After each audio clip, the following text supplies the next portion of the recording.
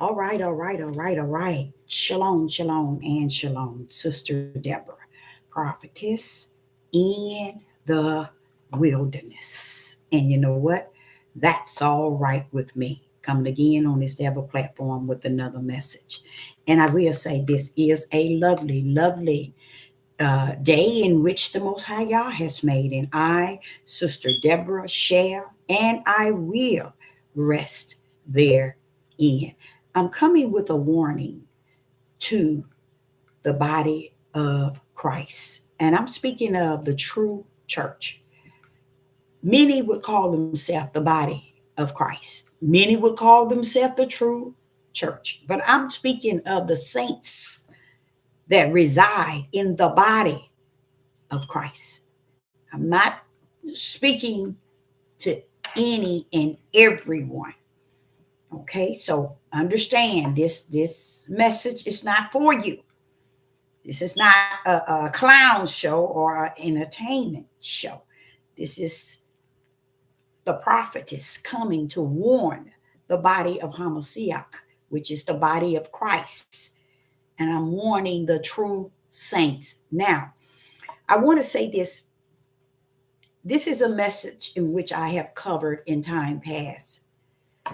But the way that the Spirit has given me it at this moment is to bring light to he that knows that darkness exists and that you need this sort of light to continue to walk therein, the midst of all of this darkness.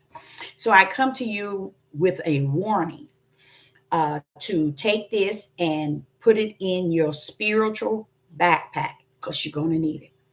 You're going to need it. Okay. So many of these verses and chapters you have heard in time past. Sister Deborah is going to cover it a little different today, but yet likened to time past. And I would like you to really pay attention to what is being said. And even if you have to hear this video again, just take heed to what is being said because it's a lot being said. I sit back and I think about all the things in which the Spirit of the Most High Yah continued to reveal to me. Okay. And the things that He's revealing to me, I bring it forth onto this devil's platform. And truly, it is that. And when I'm bringing it forth, I'm really speaking to that one. Okay. I'm speaking to that one. Okay. So it's not like I'm speaking to everyone. Okay. But that one knows that I'm speaking to he and she or she. So this message is going to be a meal to put in your backpack. Okay. Your spiritual backpack. That means it should be with you until you reach the other side. Let's put it like that. Okay. Um, I was I got up and I was just looking and paying attention to the news, and I realized they talking about all these different gangs that have come here from all these other countries, and they are notorious gangs. And I'm like saying, when the prophet speak or spoke yesterday, it is like unto today. It's like it goes in one ear and out the next. But it's a situation where it's nothing you can really do about it because this is the world bringing these individuals over here. But I want to say to Judith, now you're about to meet your match. Okay. Because the whole purpose of them knowing they were bringing them over here was for you. I wanted to believe that it was just to bring all chaos on all corners. But just listening to it this morning led me to realize they are targeting certain people. Okay. So, Judith, you're going to get what you've been asking for. Okay. I'm going to just tell you it is a warning. So that warning is just going out there. But I'm bringing the warning to the body of Christ so they don't get confused and place themselves in the darkness and thinking the darkness is going to be able to come after them. They're not. As I was in the water this morning, I was brushing my teeth, and I heard the Spirit say, "He that is for you," and no, not he didn't say he. He was talking about when Yah is for you. That's what he said. Tell me, Deborah, who can be against you? Mm. Then he said it 3 times. He said, if Yah is before you, who can be against you? And he said it again. And the way he said it is he didn't say Yah. I'm saying that so you can get who he's talking about. But he said, if I am for you, who, Deborah, can be against you? You see, to me, that's so powerful because that's giving me this assurance that I'm greater than anything that can be on the outside of you. So if I'm for you, Deborah, and I'm the greatest, there's nothing on the outside can overpower me. That's greater in you, that's for you. They can't even be against you because I carries the power. See, to me, I stopped and I say, ooh, you know how many times I heard that? I've heard that so many times, but it sure felt good today. To just hear that in my spirit. If I am for you, Deborah, who? Tell me who. Tell me who can be against you. So Sister Deborah, is about to go over this lesson for the body of Christ, which is the true saints. And I hope that you get something out of it because it's a message that should help you to, matter of fact, not only help you, but the warning of it. And then you can also pack it in your spiritual backpack. So I want to just start off where I normally would start off when I want to talk about a topic like this. First and foremost, I'm going back to the twos. I want you to understand the way that heavens had orchestrated everything was based on the twos. Now we are not going to go. We ain't gonna get past the twos, y'all.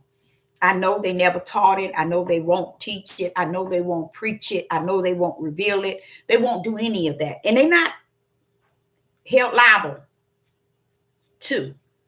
Yah has given individuals those that he want to be in the midst of them.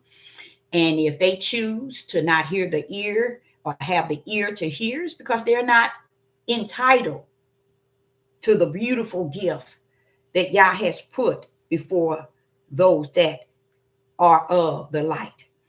A lot of them won't get that because they believe that they have this heavy thing about, I got a choice, my choice. I got a life to live. Nobody tell me how to live it. I can believe what I want. I can think what I want. You right. That sound like he that is born of the flesh.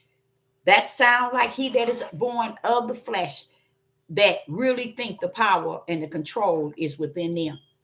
And it's good for you to feel that way because there's nothing you can do about it. If you're born of the flesh, you're born of the flesh. Rumble with that thing. Enjoy yourself. And get all you need to get in the flesh because what you have now is not what you're going to have for eternal. Okay? So just take advantage of it. Okay? But Sister Deborah is coming for he that is born of the Spirit. And I want to say to you, I've taught in time past over and over and over.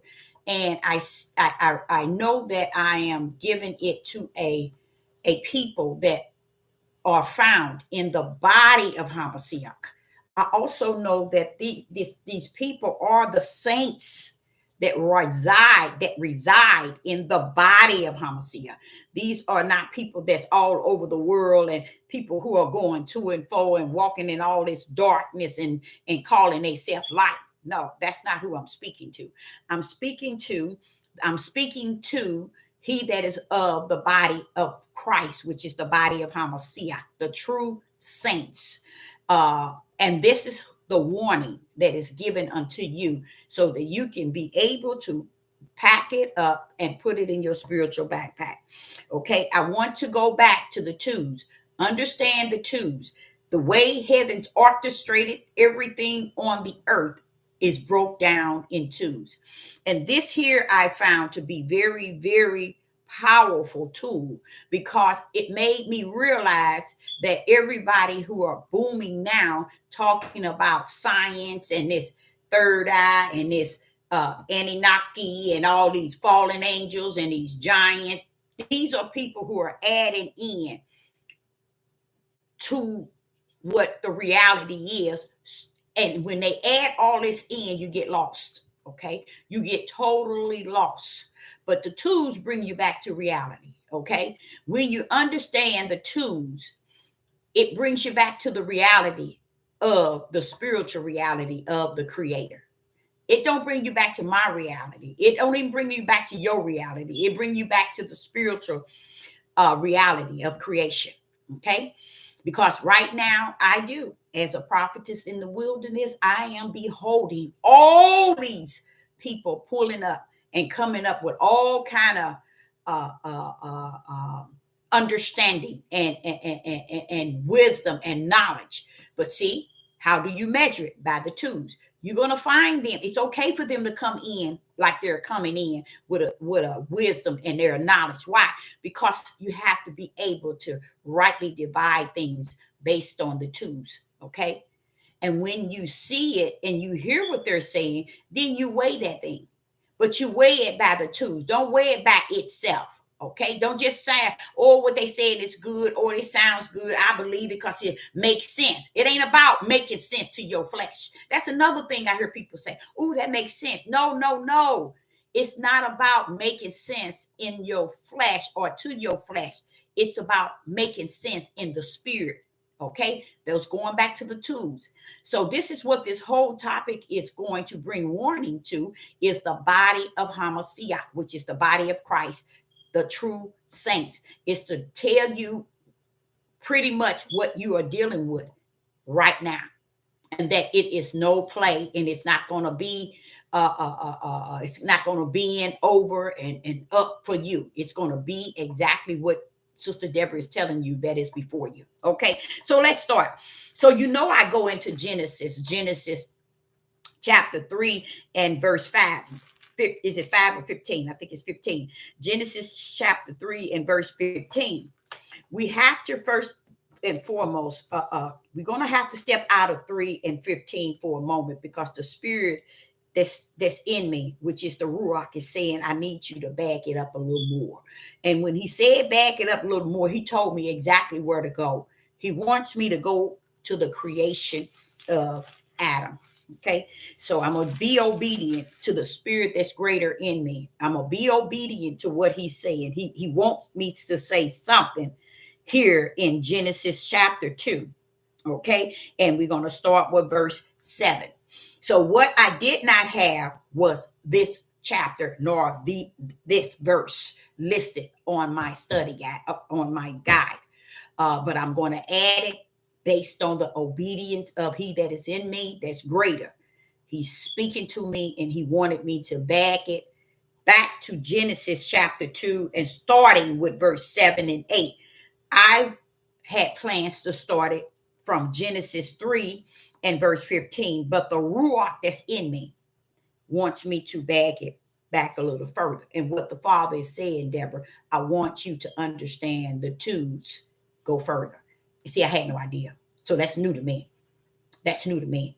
But already he done taught it to me with the quicken before I even go over it.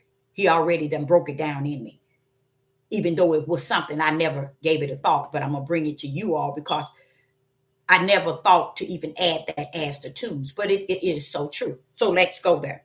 So what he's saying is, the spirit of the Ruach is saying in Genesis chapter 2, as to a warning to those that are in the body of Hamashiach, the true church. This is a spiritual warning unto you.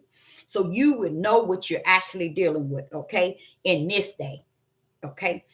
So in Genesis chapter 2 and verse 7, it says, And Yah formed man of the dust of the ground and breathed into his nostrils the breath of life. And man became a living spirit. Okay. Now, what he's wanting me to back that up, he said, Deborah, there go twos. See, I would have never thought that. I would have never considered that because I would have never thought that is twos. He's dealing right here from the beginning of creation. He brought the twos here in verse 2. Now, as I'm speaking to you, he said, no, that's one of them, Deborah, but I need you to go back to the twos in Genesis 1. Mm, mm, mm, mm.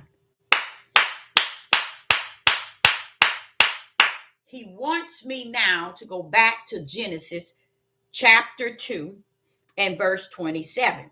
So those are, now we have 2 chapters and 2 verses that I did not add to my video, to my lesson. So I'm going based on obedience. He's wanting me to see how deep the twos really are embedded. And we missed it. We missed it because Sister Deborah missed these twos. I never mentioned it to you. I think I mentioned it once, but not like he's giving it to me now. So he begged me from Genesis 2, from the creation of Adam. He wanted you to know there go twos, flesh and spirit. Flesh and spirit.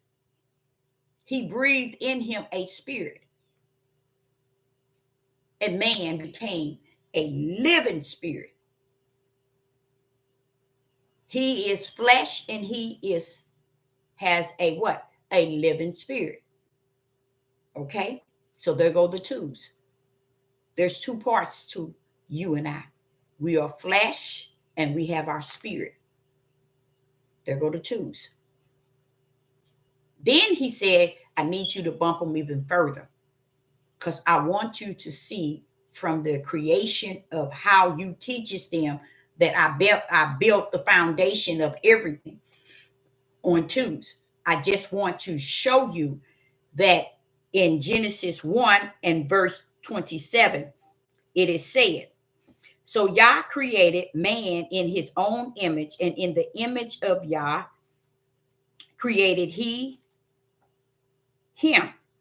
Male and female created them. There go the twos. Them represent what? Does it represent one? Them. When you say them in Genesis chapter 1 and verse 27, is this them meaning one or is it meaning two? It's meaning two, male and female.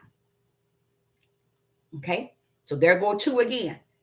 This is showing you that everybody that's on these platforms and everybody that's in these churches, these synagogues, these temples, all these people who are priests, pastors, bishops, apostles, prophetess, evangelist, minister, Maureen, seers, watchmen, they are vain and vast because they have no idea of the creation of the Father. Why? Because he has to rest in us for us to know those things. These are not things we just come up out of nowhere and know. These are what the Ruach, which is the Holy Spirit, comes to teach you all things. And if the Holy Spirit has to go back to the beginning, let him take your butt to the beginning and you sit your butt down.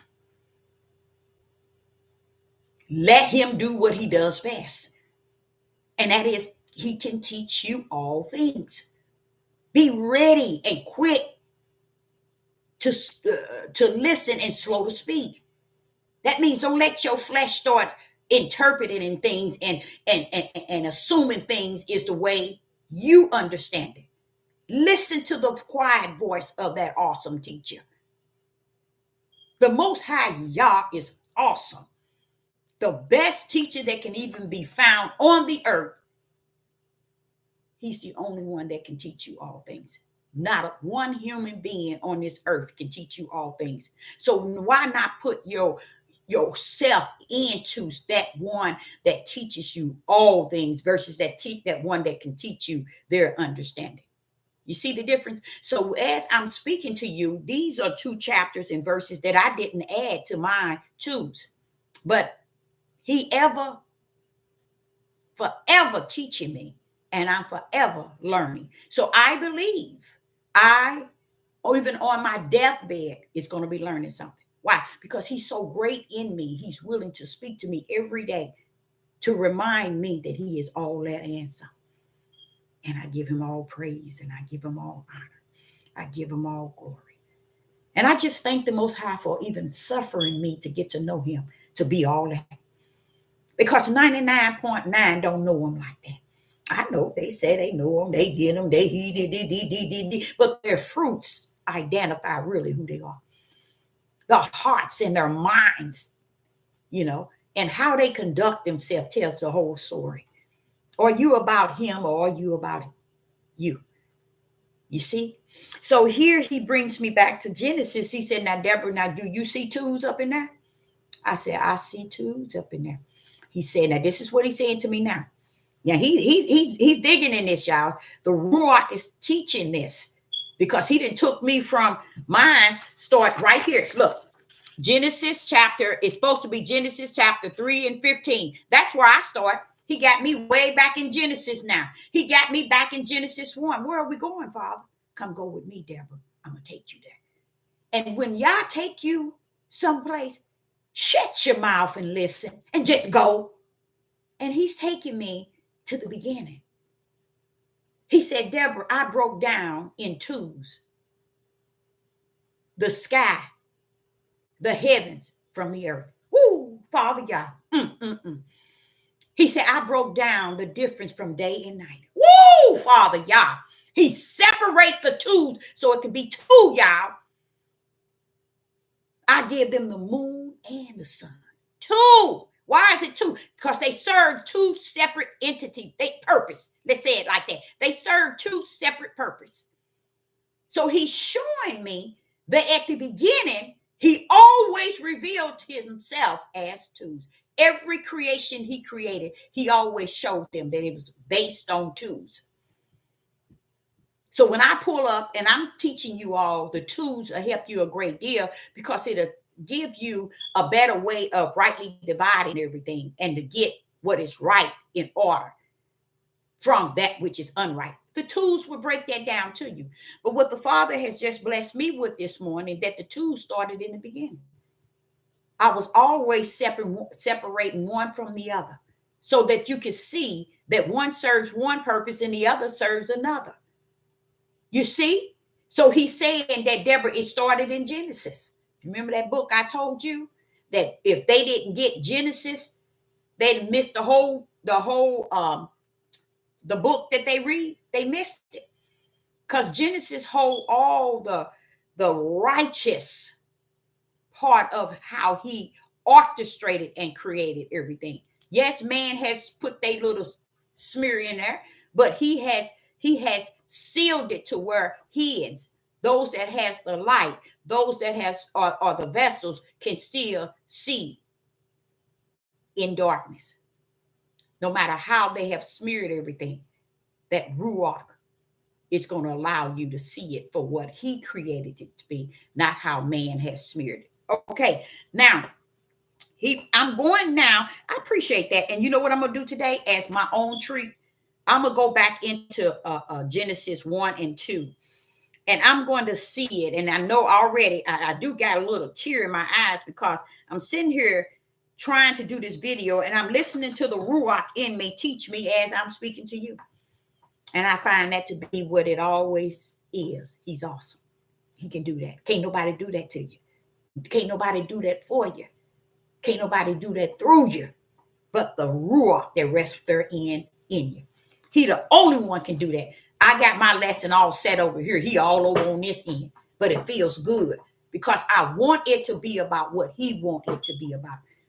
And he's saying to you in your backpack, your spiritual backpack, make sure you understand to put the twos.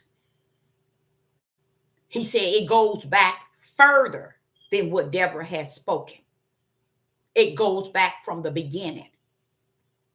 when he had a purpose for the sun and the moon, when he had a purpose for the earth and the heavens. He said, it's always been twos, Deborah, all the way back that far. See, I'll bring in the twos based on how he checked Satan. But okay, I get it. But another one, yeah, that's true. In Genesis chapter 3 and verse 15, I start my twos off there. And the further when I went back to the twos of the two trees. Y'all get it? There was two trees put in there. There was two trees that he was given as a warning, or not so much as a warning, that was set there for two purposes. So what are you saying, Deborah? Heavens had orchestrated everything in and out. Okay? So the Lamb Book of Life and the Lake of Fire didn't start when we began to receive this book. It started in the kingdom where he orchestrated it and signed it in and signed it out. Signing it in is making it his will. Signing it out, bringing it forth. Okay? So while we're down here trying to teach people a way that we think we can understand this and we can teach this thing, we out of order. And we've been out of order for quite some time. Because this thing ain't about how we embrace this. It's about how Yah has created it before the foundation of the world. And this is an area which you are not going to get. 99.9, and I'm going to add 10 billion, 10 billion won't accept that. And that's how deep the lost are here on the earth. That's how deep it is. Okay. So as I continue, he also brought forth the two trees. There was two trees put in that he was concerned about: the tree of life and the tree of knowledge of good and evil. There go the two trees. Okay. You see? So we have to understand everything he orchestrated from the kingdom was based on the twos. And he's saying to me to tell you that in your backpack, always put lots of understanding in the spirit realm of twos. It'll cause you to make a better choice in what is righteous versus what is unrighteous. It's when you break them down in twos, or when you measure them in twos. You see what I'm saying? So my thing is, when I get to Genesis chapter 3 and verse 15, there it go to twos. He got the woman seed and he got the serpent seed. There go to twos. Now, what is Sister Deborah saying here? The same thing that's in the garden. The same thing that was in the garden that was given to Adam, the commandment and the law, and which is simply instructions and a direction. And what else did he give him outside of one instruction and one direction? He gave him the consequence. That's beautiful. Yeah, that was in the beginning. The Father gave man instruction and direction, which is what we call today the law and the commandment. Okay? He gave him instruction and direction. That's two. What else did he pull up? With those two, he gave him a consequence. That's beautiful. That is beautiful. That means, like, say, for instance, you got a child, and that child is, say, 8 years old, and you tell him that don't go play out in the street. Okay, stay in the backyard. But he decides he wants to go out. And you tell him this every time he go out. For the last 3 or 4 years, you've been telling him to stay in the backyard. Don't go out in the front where the traffic is at in the streets. But this kid, every time you turn around, he wants to go out. So this particular time, he gets hit by a car. You see, that was the consequences of being told to stay one area and not go into another. But he chose to go out. And what was the consequence? He got hit by a car. Okay, so this is what a lot of you all never understood that was in Genesis chapter 2. There was instructions and one instruction, one direction given to Adam, and a consequence. Woman wasn't created, y'all. Woman wasn't there. So the whole idea of what was said and what was that, just like that child didn't want to stay in the backyard and went out on the front yard, ended up getting hit by a car. Okay. After he was told not to go, stay in the back. Okay. So that was the consequences. Well, that's the same way with Adam and Eve. Okay. But Adam was told the instruction and the direction and the consequence. Okay. Eve was not told that. You see, she was not told that. That's why I know that the Roman Catholic put her as the downfall. They had to have. There's no other way. Y'all wouldn't allow it to be said to him and put him in the place and charged him and then created her to be the downfall. Y'all don't rumble like that. That's the work of man. That's the work even to today, how somebody can be at home and someone is killed way across the country, not the country, we'll say in the same state, on the opposite side, on the north side, and you stay on the south side, and they can accuse you of killing that one on the north side. And you get 30, 40 years. And then you stand here and say that, oh, that can't be. It's a living fact. It's a known fact that it happened 24/24 all day long. Individuals being accused of something that they have not done, even in your household, even on your workplace, even in your community, even in your family. You see, this is where you look at the twos.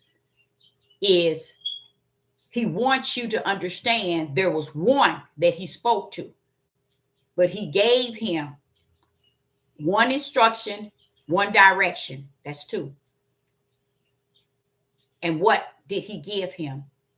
He gave him the consequences. If you don't, if you choose, when you choose one or the other, he gave him the consequences. Okay. So when you get into Genesis chapter 3 and 15, now we get started with the lesson. Okay. The lesson in Genesis, the message is going to cover the warning to the body of Christ. Okay. Because this is what this is. This is a warning to the body of Christ. And I'm speaking to the true saints. If you're not the true saint, buckle up and buckle down. Get on out of here. Slither in so you can slither out. Even if you got to slither out backwards, go right ahead. I'm going to give you that opportunity, because this will crush that head of yours. Okay. So in Genesis 3 and 15, the Father is speaking to the serpent. You notice he addressed first and foremost who? Not the man, not the woman. Satan. Why? Why Satan? Why are you addressing Satan first, as it is said here in the instructions and direction book? Why would he be addressing him first? Why would you think? Because he knows that the heavens and earth was created by twos, just as the two trees in the garden, just as right and wrong, twos, just as dark and light, twos. So he going to the one that holds the other. What you mean by that? Yah is one, Satan is two. He's bringing in the darkness. Yah bringing in the light. There go the twos. Okay. So he's addressing, even though Satan ain't bringing in the darkness, Yah is giving him the seed for the darkness. That's how his will is done. See, we thinking that Satan holds the power, the authority, and the creation. You all have lied. You're going to live a lie and you're going to die a lie. And you know what? You're going to smile with the lie on your face. Even in your, when it's time for you to sleep, you're going to be smiling, because you really believe that you are so holy than thou, and so righteous and so upright in what you're teaching, what you're preaching, and what you believe in, because you're born of the flesh. Let's get into that. In Genesis chapter 3 and verse 15, it talks about the serpent seed and the woman seed. The woman seed is really a representative of the spiritual seed. Okay, that's what the seed is. The woman seed is a spiritual seed. It's not a female thing, you guys. It's a spiritual seed, just like Mount Zion, or now the Mother Earth, or let me give you another one. He calls the bride. You see, the bride. He calls Israel the bride. Okay, you see, and you know that that's supposed to be a female. And a lot of times he calls it also the daughter. You see, so you have to understand who and what is actually taking place when he's using these words. Okay, in Genesis chapter 3 and 15, he speaks of the serpent seed and the woman seed. So we're talking two different seeds here. This is the reason why he's addressing Satan first, because Satan going to represent one seed and Yah's going to represent another. Okay, he was setting up the ballpark. Okay, the world was the ballpark and he was setting it up, your seed and my seed. Why? Because he already already informed Satan that he's coming to deceive the whole world. Did he mean part of the world, or Russia only, and only United States, or only China? No, Satan is coming to deceive the whole world. So the deception and the deceiving is all Satan is mission to do. Mhm, mhm. And the other things that is actually taking place is he's teaching us the lies. He putting the lies before us so we too can be deceived. So the Father is checking him first. He didn't go to man and he didn't go to woman. Why? Because they didn't have the power he has given unto Satan to be allowed to deceive the world. So he has to go to the head, which is Satan. That's why he didn't go to man and woman first. He's letting Satan know that you didn't gain nothing with Adam and Eve. I gave Adam and Eve to you. Okay, they are born of the flesh. How about that? How about that? See, he's checking him, letting him know you ain't done nothing. I gave them you and you them. That's why I put that tree down there. If I didn't want them to go to that other tree, I wouldn't have put the tree there. It's just like if you sit here and you you telling your 10-year-old don't play with matches and cigarette lighters, but you put them in his bedroom, you put them in his in the living room, you put them in the kitchen by piles, you putting them in there just so he can be tempted. You see, when Yah is saying to Satan, look, bro, I put them there. You know, let me not say bro, because he ain't no bro to the Father. I put them there. So when you saw them going and taking your side over mine, hey, that's what they were created to do. Choose. You're either born of the seed of the serpent or you're born of the seed of the spirit. Okay. So there go the twos. Okay. We must put that as a warning to those that are of the body of Hamashiach. Put those in your backpack. And that's coming from Genesis chapter 3 and verse 15. No one ever taught, preached, teach the fact that Yah addressed Satan first. It wasn't Satan that you charged. It was Adam. But I want to check Satan so he'll know you ain't done nothing. I put that tree there because I knew that they would choose you. And it wasn't that they choose you. I knew they was going in that direction. So I put the tree there so they can go where exactly heaven knew that they would go. So a lot of us thinking that, and we put this emphasis on when she did it. No. The charge was only given to one. And Yah knew before the foundation of the world that I have to put two trees down, because Satan has been also tossed down to deceive the whole world. So therefore, he going to have his seeds and I'm going to have my seeds. Only the Most High, Yah, can bring forth two seeds. Okay? Two seeds represents everything, Yah. Two trees in the garden represent everything. Yah said we missed out on the twos. Even to the point. And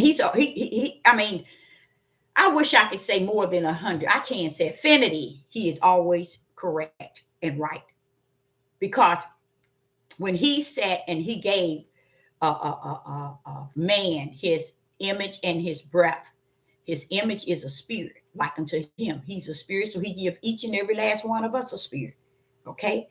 Like unto his. His is a spirit, and he gave us a spirit. That's his image. How did that spirit get in us? He blew it in us, y'all. He blew it inside of us. That came with the breath.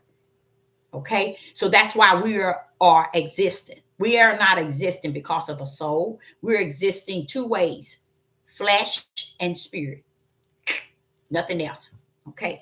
So the Father wanted me to speak on the seed. The seed of the serpent and the seed of the woman is two seeds. One is spirit, one is a serpent seed. Okay. Then in John, the Gospel of John, chapter 3 and verse 6. In the Gospel of John, chapter 3 and verse 6, it speaks of he that is born of the flesh is flesh. He that is born of the spirit is spirit. Let me show you where many of you all are lost at. Let's go there. The Gospel of John, chapter 3 and verse 6. These things I'm speaking unto you are not things that you've been taught. You run around and lie that you knew and you've been taught. You know this. You don't know this. You don't know this. This only comes by the Ruach HaKodesh himself, the true teacher. We so busy teaching ourselves and allowing the flesh to teach us to where we don't understand this thing got to be taught by the spirit realm and the spirit realm only. You ain't gonna be able to get it no other way. So in the Gospel of John, chapter 3 and verse 6, I want to show you all a mystery that many of you all never gave it a thought. In the Gospel of John, chapter 3 and verse 6, and first and foremost, I want you to understand that when he said born, this born means more than you think. Now, you might thinking, oh, the born is when a woman birthed a child and they are born. That's not what he's talking about, child. That's not what he's talking about. Let's go. The Gospel of John, chapter 3 and verse 6, and it reads,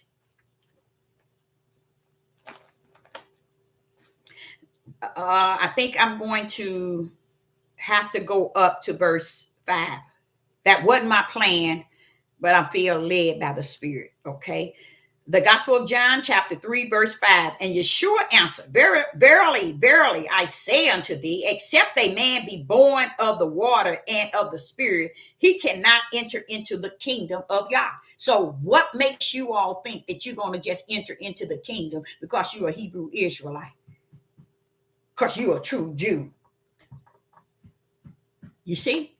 When we talk like that, we make everything about this book a lie. We have to be able to keep things in line. You either going to talk based on the flesh or you're going to talk based on the spirit.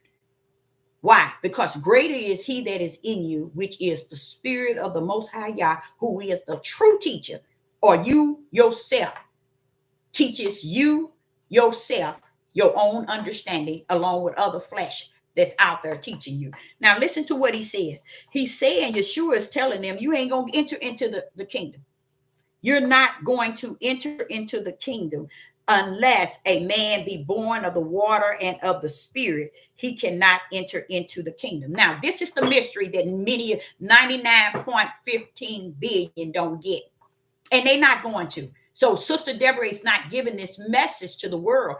I'm trying to make sure that he that is of the spirit, he that is born of the spirit, he that is of the body of Hamashiach, which is the saint, keep these things rooted into their backpack, their spiritual backpack, and let nobody take this from you. Now, if you look at what Yeshua is saying, Yeshua is talking about a man, except a man is be born of the water and of the spirit. Notice that spirit is there.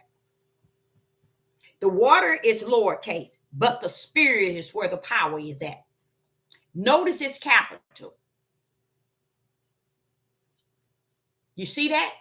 This is what all the churches misses when they telling you baptize and you save and you got the Holy Spirit, baby. Y'all don't even know the power of the extent that the Ruach has within you.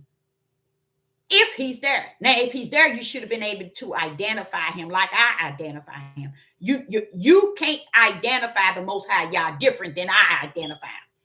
Why? Because he's the same spirit, the same self-spirit. So if you can't see him like I see him, you go on and see him like you see him and think you got him in you. So here I see Yeshua is saying something here in verse 5. He's really leaning us to the word born, except a man be born of the water and of the spirit. Now, you see the water is lowercase, but you see the spirit, that is no play, y'all. That spirit is not Yeshua. That spirit is not Deborah. That spirit is not your spirit. That spirit is not my spirit. That's Yah. That's Yah himself. He's letting you know this born has to come from me. And many people think because they pastors say they born again, because they spoke in tongues, because they shouted, because they did, because they dressed this way, because I got my head wrapped, because I celebrate the feast days, because I say I'm a true Jew, because I'm a Hebrew Israelite. Well, wait a minute, you sure? That erased everything that has ever been said. You said we can't even enter the kingdom without what? Being born of the water, lowercase, of the and. See the and of the spirit. So all these people going down here getting baptized don't mean a rat's behind. Why? They fall in the ways of man, the traditions, the order, the belief, their interpretation. But then wait a minute, hold up, baby. How you gonna be born again in that spirit? Don't you see that spirit there? Yeshua is showing you the Father, and we sitting here, we ain't thinking about that. I'm born again. I'm saved. Okay? Be careful putting yourself where you don't belong, because your actions and your fruit does not identify that you are born of the Spirit. Okay? And that's the known fact. So this is the warning. Be careful. Don't go over in the lane of the spirit when you are of the flesh. Don't go in the lane of the seed of the woman, which is spiritual, and you know you the seed of the serpent. But people are role playing. What is it called? Satan come down to deceive the whole world, and that's what he has done. Okay, so here you see the spirit. So what Yeshua is actually telling you, that's the Father there, y'all. And if you're going to be born, you're going to have to be born of him.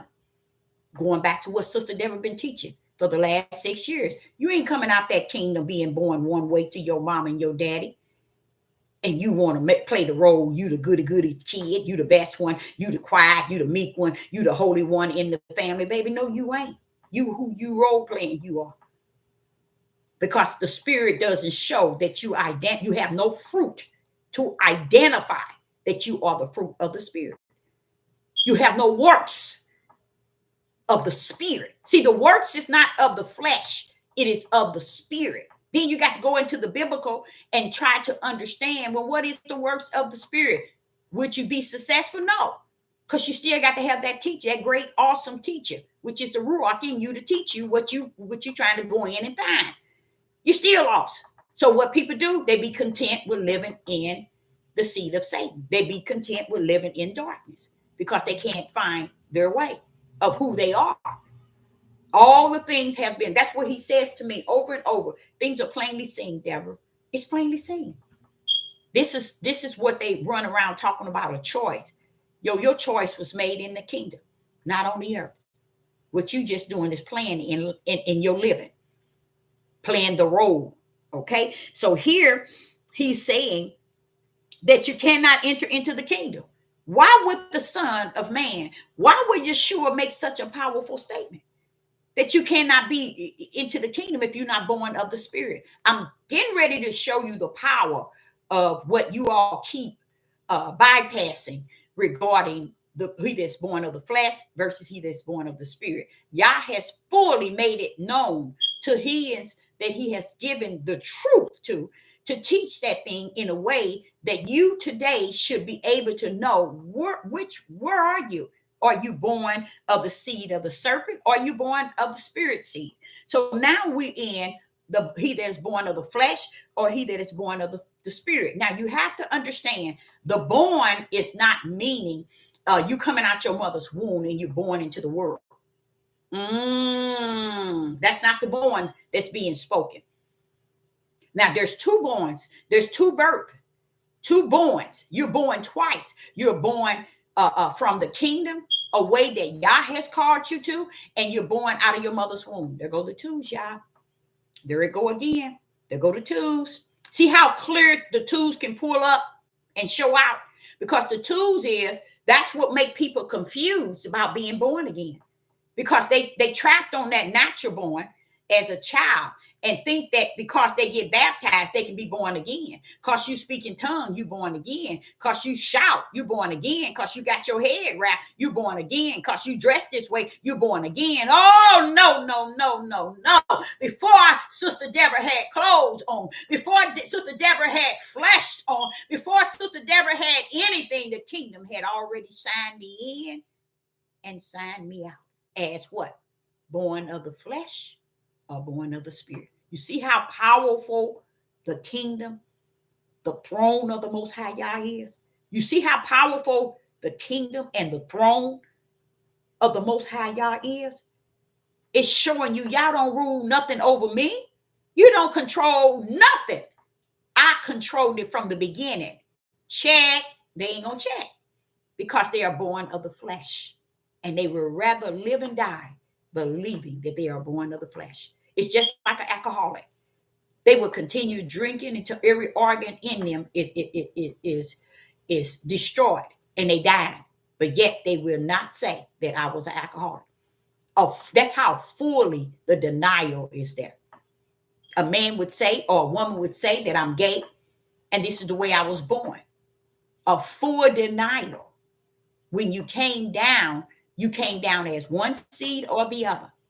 Even that too come from the kingdom, which seed you represent. And if you're born of the seed of Satan, you subject to get into homosexual, sexual, homo, LGBTZDP. You subject to get into anything. Why? Because you're born of the flesh. You get it, y'all? Okay. So as I continue, and this is such a powerful statement right here.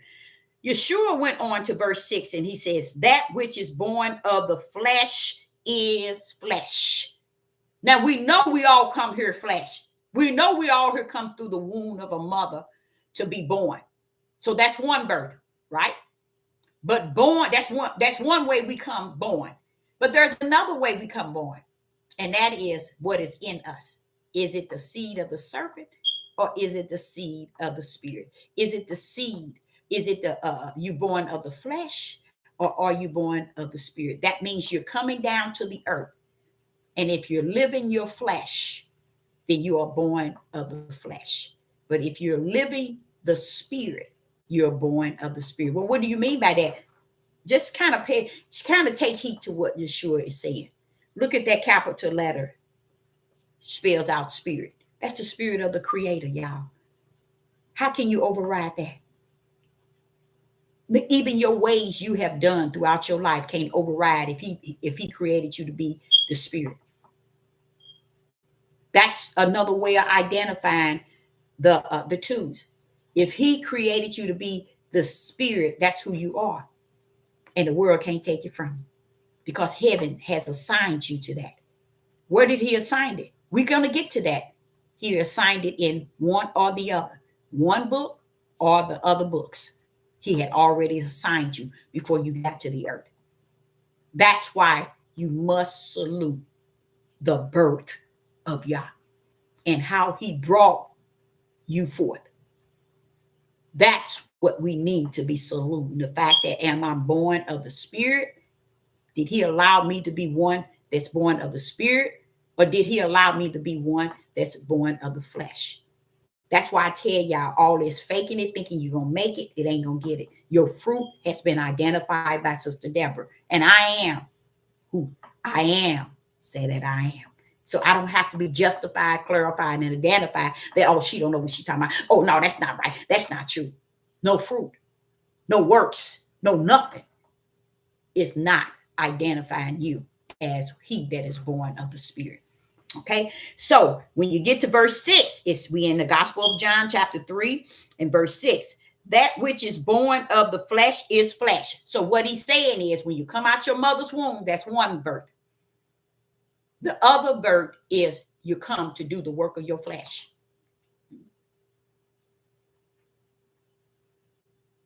That's two births.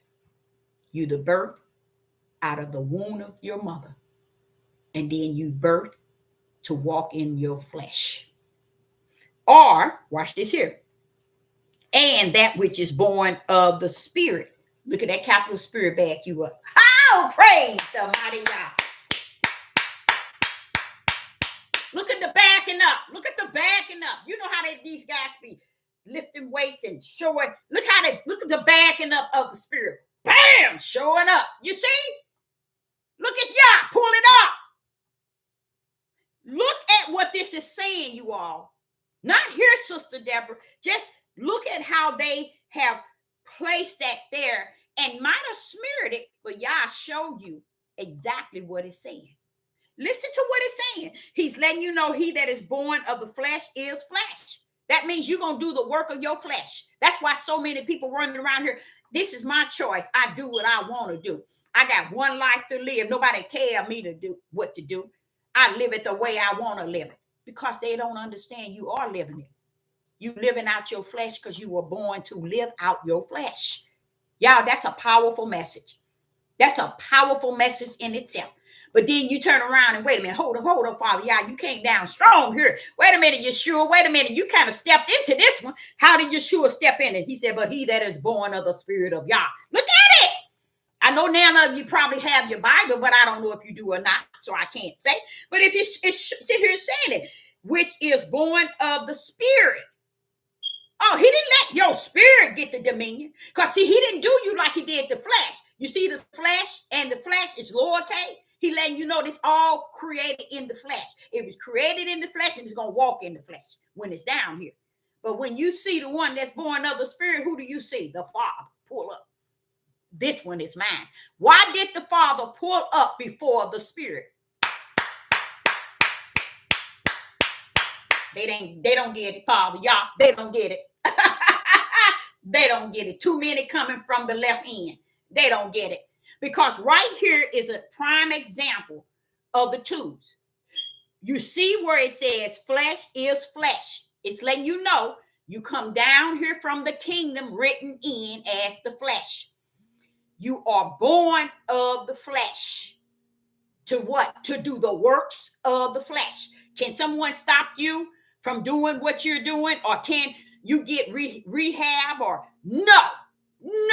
Why? Because kingdom had already written it in. That's what Yeshua was telling Satan when he was attempting him. It's already written. And 99.15 billion didn't get it. Zoop, straight over their head. What was that they didn't get, Deborah? That the fact that Yeshua gave us an excellent example, not just to Satan. See, we think he was talking to Satan. No, Yeshua wasn't talking to Satan. He was talking to us. He was led to the mountain to be tempted. For what? Us. I hope I'm hoping y'all can hear me. For us. So when he got to the point where Satan tempted him, what did he say? What did he keep saying? What did he keep saying? It is written. It is written. It is written. To where Satan said his last thing, it is written. That's what Satan said to Yeshua. It is written. See, you too late, bro. See, you all don't understand that. It is written in the kingdom. So in the Gospel of John, chapter 3 and verse 6, he's letting you know you come here to serve your flesh. Let them serve their flesh. Let them be about their flesh. Let them honor their flesh. Let them glorify their flesh. Let it be all about them, me, and mine's, Deborah. These things need be. Why? It is written that these people are from the heaven to serve the earth with their flesh. And then you see Yeshua said, and that which is born of what? Spirit. Wait a minute, hold up. Why ain't you just, no, put my spirit first, like you did the flesh. Put my spirit first and then the uppercase spirit. No, Deborah, I want them to understand. Check that Yah spirit, son, your spirit, for his name's sake. That's why you see the capital spirit present with the lowercase spirit. He's telling you and I represent you. I stand before you. I stand in front of you. I stand up on you. I created you for me. That's why I'm in front of you and not in back. Look at it. You see where it said the spirit is spirit. He that is born of the spirit is spirit. Letting you know, he that is of Yah is your spirit is of Yah. It didn't let you have your spirit first. It don't say lowercase is born of spirit is spirit, meaning two lowercase. Spirit mean flesh. I mean your spirit in your flesh that was blown in you. No. He want to let you know I poured it all up for you, baby. I'm showing you mine. Just like in verse 5. If you don't have that spirit, then you can't enter into the kingdom. And that's what people keep on trying to pretend that they have the spirit, but yet they thought pattern, their hearts are hot and wicked. They have no works. They have no fruit of nothing because their hearts are so hardened. But it's so easy for them to just portray the wrong. And they don't even understand that's the flesh. It's just like a man portraying a woman. He play it to the utmost. If he got to go get boobs, he'll do it. If he got to get the rear end, he'll get it. And like a woman who wants to play a dyke or whatever they call it, she gonna play it to the utmost. You see what I'm saying? So with y'all pulling up and saying, wait a minute, hold up now. This is mine right here. I'm gonna stand in front of it. That's deep to me. That's beautiful. Because he's telling me, if he ain't telling nobody, he's telling me, I'm going to always stand in front of you. I'm going to stand in front of you. That's why he got right here, spirit is spirit. He's over your spirit. See? As a form of protection to what belonged to him. And do you think that you can just go on and just figure, okay, he ain't nobody else. I'm just going to work out, play out my flesh and act my flesh, be about my flesh mind, my flesh heart. That's because you are of the flesh, people. You are not a spiritual one of the Most High if he ain't in front of you. You see? If he ain't in front of you, you are not of his spirit. Okay? Okay. So, in the Gospel of John, chapter 3 and verse 6, it's letting you know, born of the flesh or born of the spirit. There go the twos. But see, what I learned today, speaking to you all, I'm sitting here, I learned this, that when he said born of the spirit, he steps in front. See, I never knew that. I never knew he stepped in front. I just recognized the fact that, wait a minute now, it said he that is born of the spirit. Wait a minute, there go the Holy Spirit right there. There go Yah spirit in front of my spirit. To me, that's beautiful. While we run around here thinking it's about us and how we can deceive people and manipulate people that we are holier than thou, and we are not. Okay. So in Matthew's 25 and 32 to 33, all of this is talking to us about something that's very powerful, very, very, very powerful. It's pretty much sitting, really revealing those who's faking. That's pretty much it is, letting them know you can go and fake it till you think you're gonna make it. You ain't coming nowhere. Heaven's got you wrote in and wrote out. You can't fool me. That's what the Father said. Matthew's 25 and verse 32 and 33. Now listen to this. In Matthew 25, verse 32 and 33, it reads, "And he shall set the sheep on his right hand and the goat on his left." There go 2 and 2. Y'all see that? Many of y'all won't even grip that, but that's on y'all. I'm supposed to be speaking to people who are born of the body of Hamas, who's in the body of Hamashiach, the true saints. This is a warning to you to make sure this sort of spiritual food is in your backpack. Okay. Now, here in Matthew 25 and verse 33, 32, it reads, okay, so we start in 32. It starts with 32, and it says, "And before him shall be gathered all nations, and he shall separate them one from another." He's separating from what? One from another. Putting them in what? 2 different categories.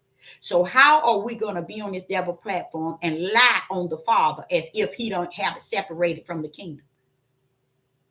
The order was already separated before it hit the earth, y'all.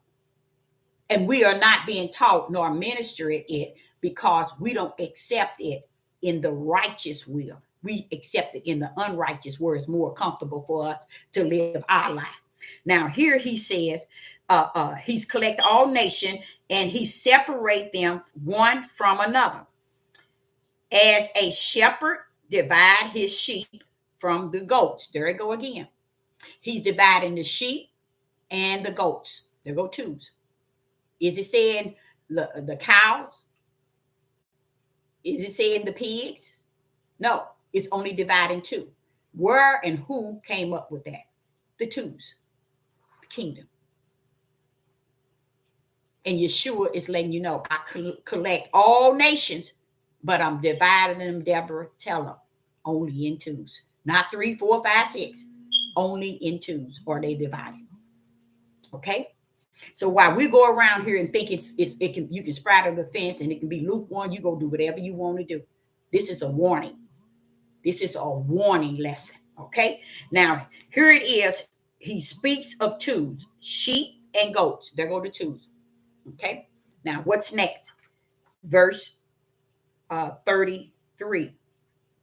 "And he shall set the sheep on the right hand and the goats on the left." Now there goes, he did something a little different. He doubled it.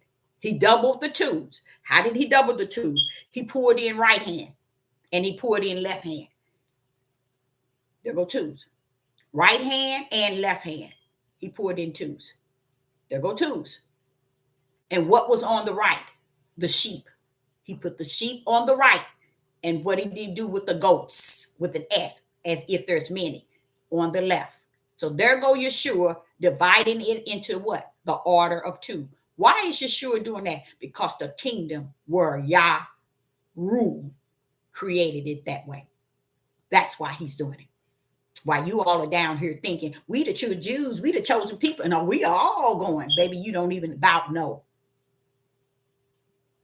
Because Yeshua came down saying many things to give you the warning.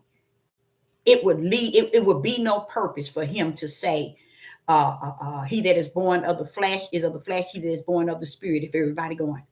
It would be no reason for the serpent to have his seeds and the Father have his spiritual seed. It would be no purpose, y'all. That's what makes if you want to make it the way you want to teach it and believe it, then you make everything from the heavens, from the kingdom be alive. Let's start with that. The Lamb Book of Life. That's a book. And then it speaks of the books of the lake of hell. Not the lake of hell, the lake of fire. So there go 2 books. You think the books on the earth? No, they in the kingdom. Already written. Who's who and what's what. You see the power of who we serve, who I serve. You see how I have no other choice but to trust and believe and lean not to my own understanding, but to keep my head on his bosom. because he has the answer to it all. Because heaven got it written. It is written. That means you can't touch it. The world can't touch it. China can't touch it. Russia can't touch it. Biden can't touch it. Trump can't touch it, because you give all them glory and honor. You put them on the highest pedestal on the face of the earth, and they can't touch what the heavens has already assigned and written. But we don't want to touch his realm of his understanding and what he stands for, because we want to have it the way that we want to live it on the earth. And he's letting you know right here through the prophetess, live your life. Not your life, live your living, because your life is already assigned, for it is written. Okay?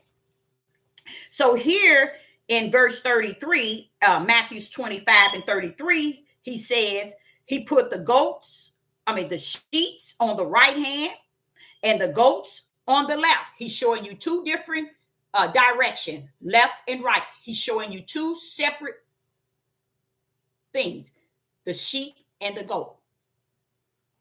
And he putting them on the side that they belong. Why? Because heaven had orchestrated it. Why? How did heaven do that, Deborah? For it was already written. You see what I'm saying? It was already written. This is what you call the fear of Yah that Sister Deborah speak of. It's when you know that you know who he is and what he stands for. You know him like that. Not like the world has come to think and feel and portray they know him, but how he is. Because when you accept him for who he is and what he is, guess what? You salute everything he does and done. Hey, well, okay, Father. Okay, I get it. Even when he's talking to you. Does it hurt? Does it bring sorrow? Yes, all of that, because you flesh. You flesh. But you salute it because you spirit. Your spirit has gotten your flesh under the subjection enough, not to the 100, but enough to submit itself to the ways of the Most High Yah. Okay, so here in verse 34, listen to this. Then shall the king say unto them that is on the right hand, come ye blessed of the Father. Now see, Yeshua is telling those that is on the right, you're already blessed of the Father. Listen to what he says. Come ye blessed of the Father, inherit the kingdom prepared for you from the foundation of the world. Ooh-wee. Deborah, you're going to get in trouble. You're going to be in trouble. Yeshua didn't spoke it to you all over and over and over. Do you accept it? No. You don't. Because if you accept it, then you understand that it is written. Yeshua here is telling you, like he told Satan, it's written. Do this. Satan said, putting in his mind to do this. No, it's written. Do this. Oh, no, it's written. No, do this. Oh, no, it's written. And you too can claim the power of it is written. No matter what goes on, no matter who dies, who lives, who gets sick, all this chaos and this bad and this, you can claim the two. Either it's written or this here world rules. It is written. Okay, so here Yeshua giving you an example of how deep it is written. Now the world has end. Yeshua have collect all four corners. He separate the goats on the left, and he separate the sheep on the right. Now listen what he said to the sheep. Then shall the king say unto them on the right hand, which is what? The sheep. Come ye blessed of my Father. So he ain't telling them blessed of me, but my Father. See, there are another time where Yeshua is separating himself from the Father, separating the twos. I love it. I love it. I love it. It's when the Son of Man can separate himself from the Son of Yah and teach this thing where we can give the great honor to he that is the Father, separate from he that is the Son, and yet put him back into the oneness of the mission. Only the Ruach HaKodesh in me can do that. For it is written. Now listen to this. And he said, The father inherit. He said to the sheep that was separated from the goats, and the sheep is on the right hand. Listen to what Yeshua said to you all today, and you all thinking this all it you. If he's saying this, take heed to it. Seek the ruach to break it down in you. This is what he said. Then shall the king say unto them on the right hand, come ye blessed of the Father, inherit the kingdom prepared for you from when? The foundation of the world. See there go the foundation. Why? Because it's from the foundation of the world, letting you know before heaven and earth was created, y'all had already written who's who. Do you know the left side was already written in the Lamb and in the books to the lake of hell, and those to the book of life on the right? This is what Yeshua is telling them. You was already written in the Father's book of the Lamb. You was already written in. Come on, get on over here. So he was separating what's what. You see what I'm saying? While we down here trying to say, but they ain't this and they ain't that. Oh, this one ain't this and this one ain't that. The Father's wanting me to let you know. Be who you are if you are in him and of him. First and foremost, where he was checking me in the Gospel of John, chapter 3 and 6, he's letting you know, if you are for me, I'm in front of you, not in back. It says born of the Spirit. And that Spirit is the capital Spirit. That means born. He's in front of you, not in the back of you. You don't rule nothing because he's in front of you if you're born of him. This shows you that everybody ain't who they say they are, or they feel they are, or how they want to walk and talk and portray that they are. And this is the reason why he tells his vessels, his servants, try they tales by the Spirit, Deborah. Try they spirit by the Spirit. You will know them by their fruit. Well, why is he saying those things? And who should know them? His true vessels. You're going to know them by their fruit. Try their spirit by the Spirit. He's telling us how to learn to get to know who's who by their spirit, not by their flesh, not by how they show up and how they speak and how they quote the scriptures and how they want to look wrapped head and how they want to put their fringes on and how they don't want to wear makeup. You ain't going to measure them by that, Deborah. This is measured by the kingdom and not by the earth. So therefore, you can't measure them from the outer man. You got to pull up in the spiritual realm of who you are and measure them from that end. Okay, so here we go. There go the sheeps and the goats and the twos going on what side? One going on the righteous ones are going on the right, and the wicked ones are going on the left. Left what side? Okay, there go two sides, right and left. Okay, a lot of y'all don't understand that either. It lines up with the goats and the sheep. It lines up with light and darkness. It lines up. Born of the flesh, born of the Spirit. It lines up. The Satan seed and the serpent seed. The serpent seed and the spiritual seed. It all lines up. So here we go. We pull up right and left. It lines up with them all. Another two. Taking the right, the righteous way. And the left, the lake of fire. Okay. Then he pulls me into Revelation chapter 20. And verse 12. Now watch this here. Watch this here. Now we're finna pull up on another two. And these twos is going to be, here it is, Revelation chapter 20, verse 12, and we're going to cover verse 15. Revelation chapter 20, verse 12. And I saw the dead, small and great. I believe when it says small and great, it means of all ages. That's what I believe. Stand before Yah. And the books, you see the books? You see the books were open.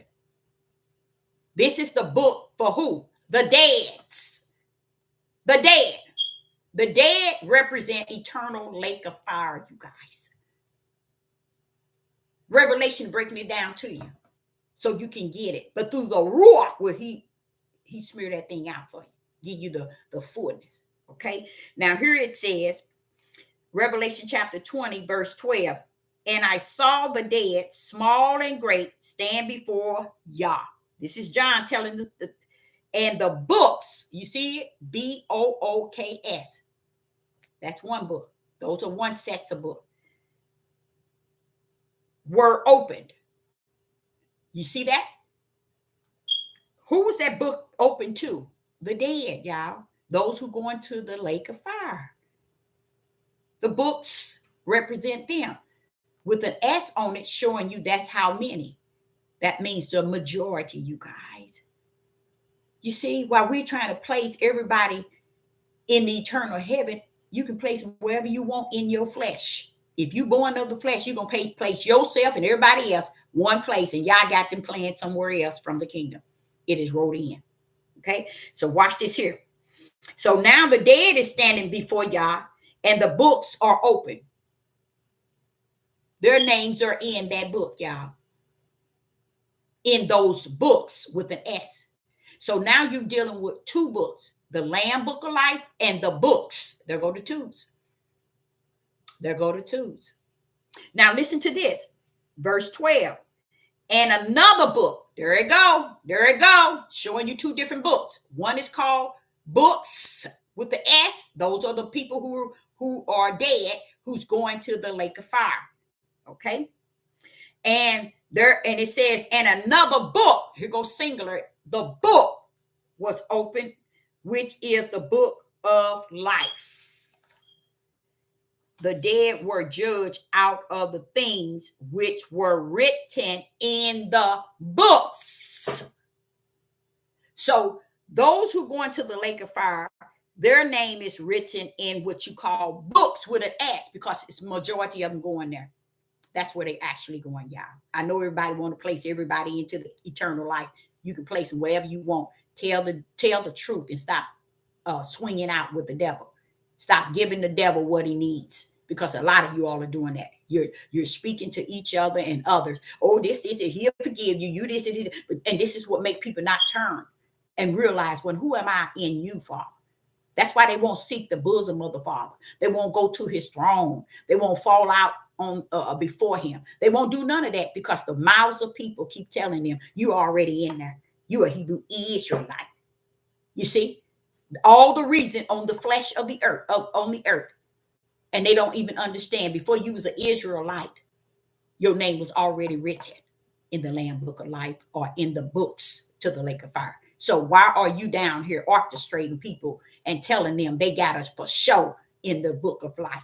Why? Because that's what you are. You teach lies, you believe lies, you lead people to believe lies, and you're going to live and die life. Okay? That's what Hosea chapter 4 and verse 6 said.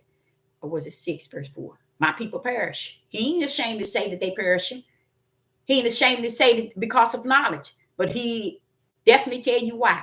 Because they reject the knowledge.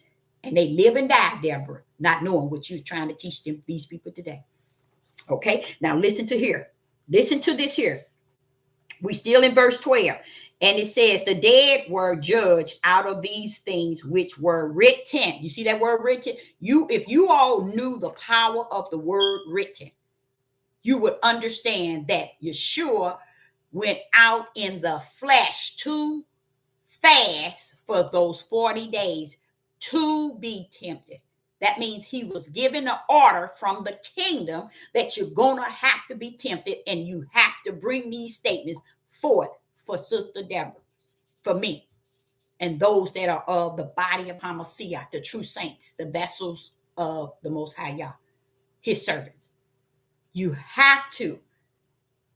So Yeshua had to fast, because if he had the son of Yah in him, he wouldn't have to fast. But he wanted to show Sister Deborah that see what I do. Wait a minute, where's my voice? See what I do in the flesh. I send Yeshua up in the flesh to represent me in the spirit of those who represent me in the spirit. Tell them. And what Yeshua got up there and continued to tell Satan, it is written, it is written, it is written. He said to y'all the same thing I've been trying to teach on this devil platform 6 years. It is written. It's not your way. It's not your will. It's not your choice. It's not your nothing. What do your choice and you having a free will have to do with the power of the kingdom, who created everything from the beginning to the end? What do your stanky choice in your flesh has power over the kingdom, who have written all things? Nothing. I'm sorry they never taught y'all that. Okay, so here it's in Revelation chapter 20. They broke it down trying to explain to y'all. So when you run around here and say, oh, we didn't know it, they didn't let us read a book, oh, the Bible is the white man book and all this, and you say whatever you want. He's the same creator from the beginning to the end, and he changed not. So all this horse mess y'all talking about ain't about nothing. He changed not. Now, do they change these words in this book? Yes, he is the word. You can't change that. Okay. And the reason why you don't understand is because you don't have the word in you. You building everything on the words and don't have the word, because the word come to kick the words out of the ballpark.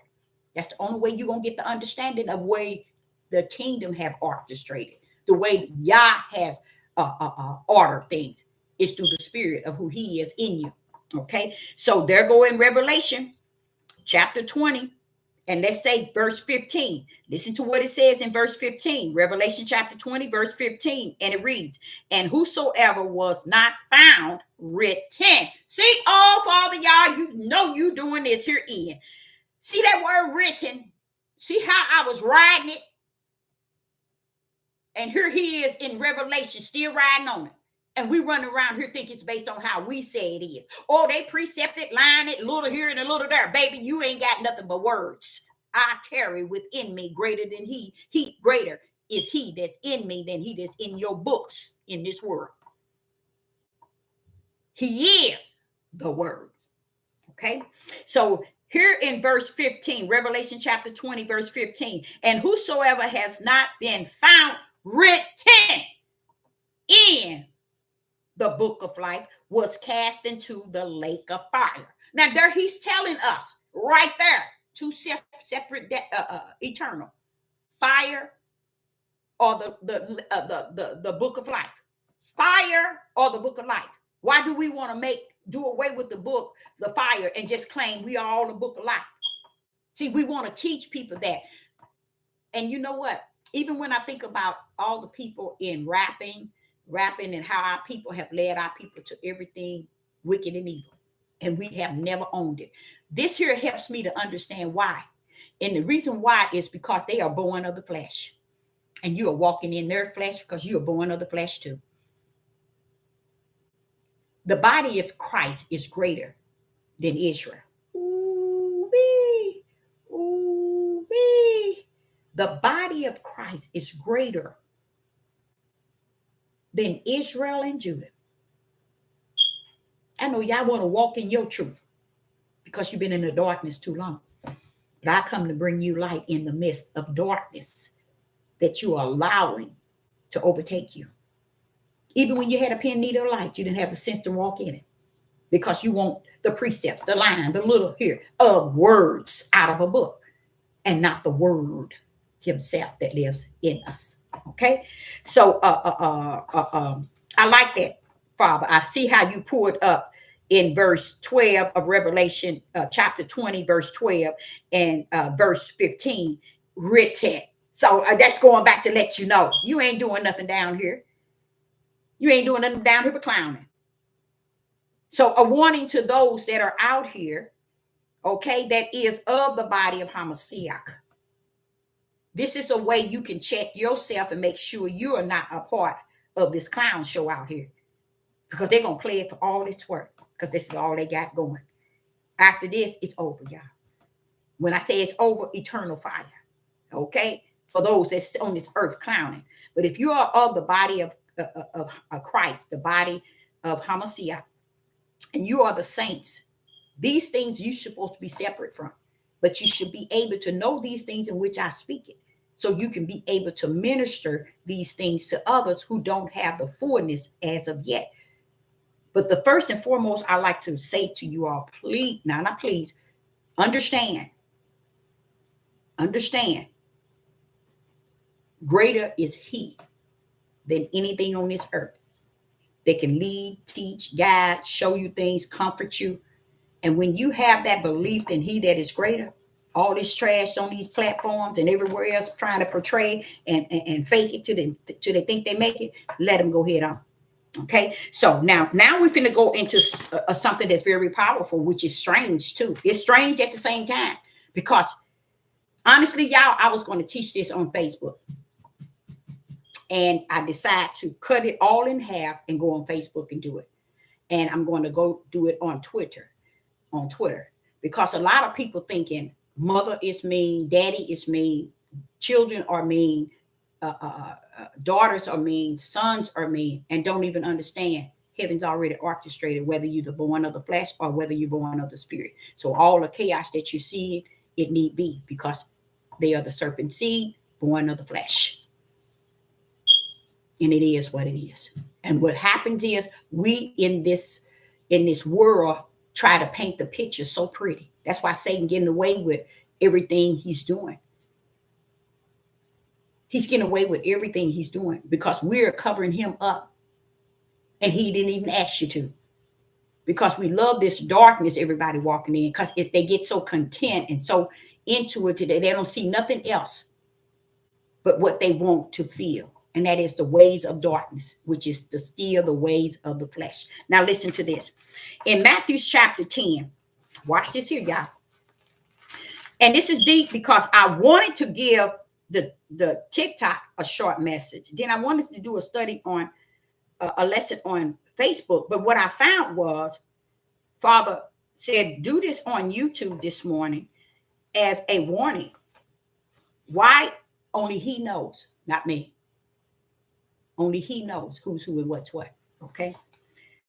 He didn't give nobody the gift to be able to actually say one is in the book of life, one is in the lake of hell.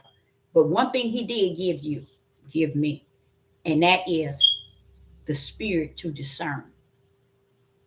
And his ruach in me that has shown me how to try the spirit by the spirit. See, Yah deals with the spiritual realm to show you how to measure the darkness that can be in the midst of you, around you.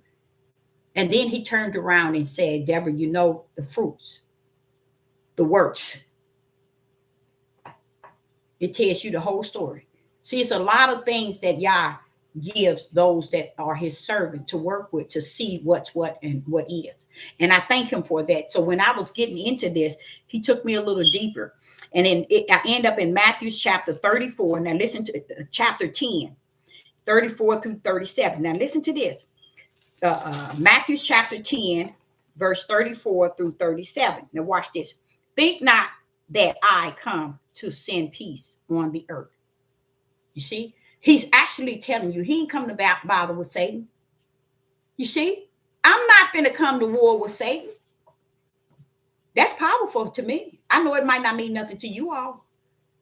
Not only is that powerful, that's frightening for others, not for me, but I'm like saying, Father, wait a minute, you ain't come to change what flesh is doing? No, I ain't, Deborah. See, they don't get that. See, listen to what it says. Verse 34, Matthew chapter 10, verse 34. Think not that I am come to send peace on the earth. He's given Satan the whole power to deceive the whole world. We should know that by now.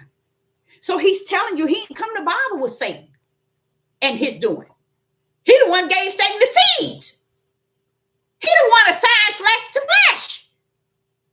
So why would he come to bring peace after he has orchestrated everything from the beginning to the end according to his will? So what did he say? It said that think not that I am come. This is Yeshua to send peace on the earth. I come not to send peace, but the sword. You see, the sword is the word, y'all. A lot of y'all can't call this book the sword. We really can't. The sword is the word that rests in the bosom of the Father. That's the sword. That's the real sword, y'all. And he's saying that I'm not coming to bring peace on the earth, because what?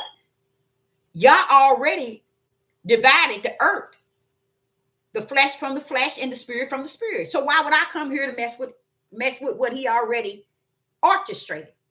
Which makes a lot of sense. So I'm not coming to bring peace. Right there, he's telling you it's a lot of chaos on the earth. And I'm not the one that's coming to bring this peace on this earth. Only thing I'm coming is to bring what every last one of y'all fail to realize. That is the word. The word is a two-edged sword. It's going to come one way or another. And if it's coming for you and it's swinging on you, it's going to pierce you. It's going to give you what you need to have, which is the spiritual understanding. That's the sword that has the two edges. And he's letting you know, I come to bring that powerful thing, which is my Father's word. While we sit here making this book the powerful sword, this book can't pierce you. It can give you some insight, because Yah's spirit will teach you from it and straighten it up. But the sword itself is Yah. His word is him. In the beginning was the word was with him, the word is him, and it was with him in the beginning. What was that? My sword. That's the power of who he is. It's a two-edged thing. And what it means is, no matter the two edges, is meaning no matter how it's used, it's going to pierce. It's going to hit the target. It's letting you know it's going to hit, no matter how it's used. So here Yeshua is letting you know, I come to bring that to you all. In verse, what was that? In verse 34. Now watch what he says. Verse 35. I am come to set a man in variance against his father, and a daughter against her mother, and a daughter-in-law against her mother-in-law. And then it says in verse 36, a man's folks shall be they of his own. Look at that own household, meaning his own womb. It's going to be his greatest enemy. Out of his own womb shall his greatest enemy come. So how can those as in his own womb be his greatest enemy when he never raised them or never been around them or don't be in the presence? See, it's a lot of stuff people don't get. So this helps women to understand what they're dealing with. Even when Isaiah chapter 3 and verse 12 tells you your children are going to be your oppressors. So if you see how this country have treated you as Black people, how they used to hang them and do things, just imagine your children oppressing you. You see, people don't get it.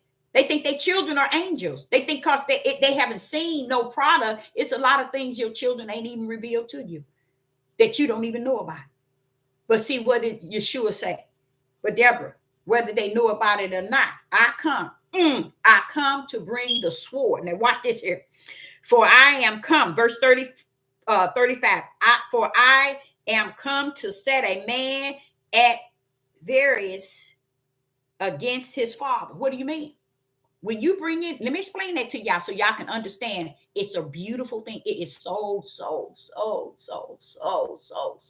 beautiful when you understand it in the spirit realm. It's two ways, y'all. It's two ways you see things. You can see it in the flesh or you can see it in the spirit. Now watch how Sister Deborah break this down in the spirit and see how beautiful it is. In verse 30, what was we at? 35. For I come to set a man at variance against his father, and a daughter against her mother, and a daughter-in-law against her mother-in-law. And a man's foes shall be they of his own house. Verse 37. He that loveth his mother or a father or mother more than me is not worthy of me. And he that loveth his son and daughter more than me is not worthy of me. Now, right there is verse 37 is a full identity that 99.9 love their children more than they love y'all. And they can sit around here and thinking you can fake it till you make it and say, oh, no, I don't. Oh, no. Y'all knows who's who and what's what. Yeshua ain't coming saying something wrong. He's coming telling you the truth. Let me show you the beauty of it. The reason why the division is there because heaven had already orchestrated the vision, the way it is already written. Okay, so when he's telling you in verse 35, for I am come to set a man at variance against his father. Anybody in the live chat, what is it that he said? I'm just going to show you exactly what I say when I say people who are of the spirit. Because this to me, when he gives me this stuff and I be saying, but Father, they don't know that. They don't get, but this is what he said. Try that spirit by the spirit. Let's see. See, but no one wants to talk because they don't want you to identify their spirit. You see? Or they feel that, oh, my spirit, I'm going to say nothing because she's going to say my spirit don't know. No, that ain't got nothing to do with it. That's how we learn is when we don't know something. That's how we can get it is when we own up to it. But if you don't think you want to portray that you know it all, and you got it all, you understand it all, you sit back and say nothing because you really don't know. Instead of saying, okay, I give this answer because this is what I think it is. I'd rather for somebody to say something than to say nothing because that's a part of what he means when he said, try that spirit by the spirit. When they say nothing, then you know who they are. And I've been trying to say that. I didn't get to bring that out. But that's a part of what he's teaching me. He have taught me. Strife. Okay. You said he come to bring the strife. Okay. I see your swords in the upper one. I like that. I like that. I like that. To set intimacy. Yes. Okay. Okay. That's a good one too, because we know that he put that between the two, right? So that's a good one too. That's a good one. Because he said it in the beginning, didn't he? He didn't say against father and daughter or against father and son. He said he told Satan, you're going to have yours and I'm going to have mine. Division between the two. Okay? Why? What is it he coming? What is he coming? Yes, yes. Okay, someone said his seeds against those that are not. I'm assuming that's the way it said. Now listen to this. The key and the power punch is in verse 34. Think not that I am come to set peace on the earth. I come not to send peace, but a sword. Just imagine taking a sword. Now we're finna take the sword. Give me something I can. Let me use this here. Now I'm finna take the sword. No, I want to use this one. Now I'm finna take the sword, okay? And now I'm finna put it to work. Why? Why are you finna put it to work? Because he said, I came not to send peace, but I come to bring the sword. Okay, here go the sword. For I come to set a man at variance against his father, and a daughter against her mother, and a daughter-in-law against her mother-in-law. And then it explained to the men, and we can say to the women, but it's saying to the men, and a man's folks shall be they of his own household. His own household, meaning coming out of his own lineage. It's going to be his greatest enemy. But how can this household be his greatest enemy and he ain't been in it? See, so that's where you all can understand. The women should be able to understand why their household has been a mess, and their forefathers, and how grandfathers and fathers have done all this wicked in their household and then left and find just reason to say why the father's not in there. But see, what y'all do not know is the darkness that the Ruach shows me that's up in them households, and that was, and grandmama had to accept it. Uncles, they were doing it. Grandma, great-great-grandmama, all of them way back been allowing this stuff to go on in the household. But he said, I come to bring a sword. He's going to put them between father and son. He's going to put that word between them. That's that sword. I'm putting it between y'all. I'm putting it between you. Verse 35. I am come to set a man in variance against his father. Okay, why? Because I'm bringing the sword. The sword is truth, y'all. It is righteous. It's a two-edged sword. You cannot come together with your father, and your father cannot come together with you if y'all not together in unity of the word. So he comes to bring that sword between you. Because you're walking around here loving on mom and daddy, children, my children, they this and they that, they this and that, and putting them way above the word. So he come to bring you right in between y'all. Here, there it is. There. I'm going to set it over here. I'm going to set it over here. Oh, father against son, mother against daughter. Okay. Why are they against each other? Just as he had them, they were building the tower. Changing because in them, they think mother and daughter is all that. In them, they think father and son is all that. They think that family is all what it's all about. But y'all said, my word is. Bam! Bam! Why? Because he knows in your household, he done told these men, your foes, meaning your worstest enemies, is in your learn what you bringing forth. They will never know who their worstest enemy. They'll think everybody else out on the streets is their enemy because the men never learned that your greatest enemy is yourself and those seeds that are in your womb that comes out like the way that you are. Only thing difference, they be left with the mother and the grandmother to raise and bring up while you going on to house, bringing forth all of these monsters. And Yeshua say, I come to bring the word. So you want to say you love mama better than you love me? Bring the word. You want to say you love father better than you love me? Let me bring this sword, a word. You want to say you love your children better than you love me? I bring the word. Set it among you and let you be about what you're really about. Flesh upon flesh and not spirit. Being born of the spirit. So the sword is he's letting you know that the sword represents something that you don't have in your household. That your father don't have and your son don't have, and that your mother and her daughter don't have. And then daughter-in-law pull up again. I'm like, wait a minute, what's all this with the daughter-in-law? Same thing, just letting you know you sitting around thinking you got a goody family. And I come to bring the sword in between them. Letting them know that's what's missing, the sword. While y'all trying to play like y'all got a goody family, then he explained it. He broke it down in verse 37. He that loveth his father or mother more than me is not worthy of me. Do you think these parents care what he's saying here? They don't give a rat's behind. You will never see that preached and taught. Nowhere on this devil platform, and no church, no temple, no synagogue, no nothing. No academy, no nothing. Why?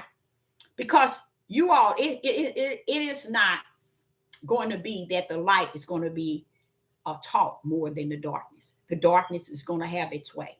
Y'all gave the darkness the earth, okay? So whether you like it or not, you're going to have majority of the people searching darkness, believing darkness, living by it, dying by it. So this is why he's saying, if you love your mother, you're not worthy of him, because y'all don't get it. Because when you're loving flesh better than he who is spirit and has the sword, which is the word, because the word is the truth.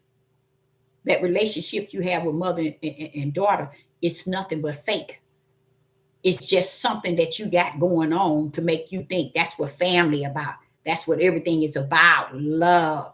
And you don't even know what love is in the eyes of Yah. That's why I told you, love is defined two ways, the fleshly way and the spiritual way. And that's why he said, and they love it in verse 37, he that loveth father or mother more than me is not worthy of me. Now that loveth is not Yah's love. That's the love of how the earth have defined love. And it's fake. He said he's come to bring the sword. The sword represent the only thing that you can really love your mother with. The only thing that you can really love your father with. It's the only thing that can bring unity in your household. It's the only thing that can bring that peace and that joy and that happiness, that family together. It's the word, which is the sword. So he comes to bring that in the family so the family can know that you have to first seek ye the kingdom. You have to desire the word over your family, but they don't want to do that because the darkness has taught. It ain't that the darkness taught them. People who have come down here has come down here to live this thing out in darkness, to live this thing out in the seed of the serpent, to live this thing out in the flesh. So this is why they loving each other. And he's saying, when you love them, then you don't love me. You're not worthy of me. And what he's saying, when you're standing on the level of family, friends, and husband and wife and children, y'all standing on a level where y'all didn't put me out. I'm not even in there, but y'all think y'all upholding such a upright and a just family because y'all just got everything. And a lot of people do that. When they have everything, they have no need for the light. They will haul everything they have in the idea of letting that be their light. That is they main thing, is that they figure as long as I got that, I don't need nobody else. And their mindset is based on that. I have a sister and her husband. They had fell out with my family. With my little sister was close with all of my sisters. She fell out with them once her husband gained a large sum. Okay, and she had borrowed from my oldest sister. And she didn't give back to my oldest sister. Instead, she became their enemy. And I'm like, how long y'all been doing this? Oh, girl, this been going on since Michael died. I said, that's 2 years. Yep. I'm like, because I had invited everybody over one time to a dinner. And I couldn't understand why everybody wasn't speaking to each other. Then you start hearing this. What's wrong with y'all? But see, they know. We better not go around her because she'll go off. I will go off. You see? So, but I didn't know they were going through all of that. But she waited until she ended up getting that lump sum, a claim that her husband filed and won. And it was a lump sum. And she got her disability. And after that, she didn't have nothing to do with the sisters. They start feuding and they stay into it. I'm like saying, but why now? See, that's what money do to people. And when people have it, they hold on to it like it's heavens to them and don't understand. Like me, I can go out to my, right now, get in the car and go out to the store and I can die. And what is it that I can gain to where I can't take it with me? This is what he was speaking of, the treasures in the kingdom. Do something with it. So you can build up the treasures where you're going, not where you're at. Because in the mindset, they think that, okay, me and mine, and I work for this, or I got this, got that. They don't even understand the way the protocol of the spirit of Yah have always worked. One was always for the other. And that's why you see a lot of them getting, not a lot, but them getting land and going further out and getting their garden and everything. It's okay for us family-wise, and it really is. But what has happened is they find just reason to say, okay, now I've established this. Let me just tell those that y'all better get y'all. But you use them to get yours. That's the deepest thing. I think that's one of the wickedest things. But now you said but then again, I guess I'm kind of sick too, though. There's something wrong with me because I would think, like I said, I would go and sit on that ground of land and I'll sit there and be looking up in the sky trying to commune with Yah in every spiritual way that's possible and look forward to him preparing a way. But I would not want to go out there alone, just about me. I don't know, Yah. I couldn't do that. I just was not the type of person that would get land and just be about me. You see what I'm saying? I wouldn't be able to do it because I ain't got the sense. Let me just tell y'all that. Let me just say it like that. But here you see how in Matthew's chapter 10 and verse 34 through 37, Yeshua is telling you he's bringing the sword. And the sword is the word. And that's something you ought to understand. You don't understand this book is not the words. The book is the words. The sword is the word. In the Gospel of John, chapter 1 and verse 1 and 2, that's the word. When you get to Genesis chapter 1, 2, chapter 1, verse 1, 2, 3, 4. You hear the word. That's the word. Everything was created by the word, but it's not the book that makes it the word. Okay. So when you hear him say the sword, you know that this book cannot be the sword, because you can quote it all day and night, and it's not going to really be what the Spirit of the Most High Yah break it down to you that it is. Okay. So much been smeared in it. So when I got to Luke, in the Gospel of Luke, chapter 12,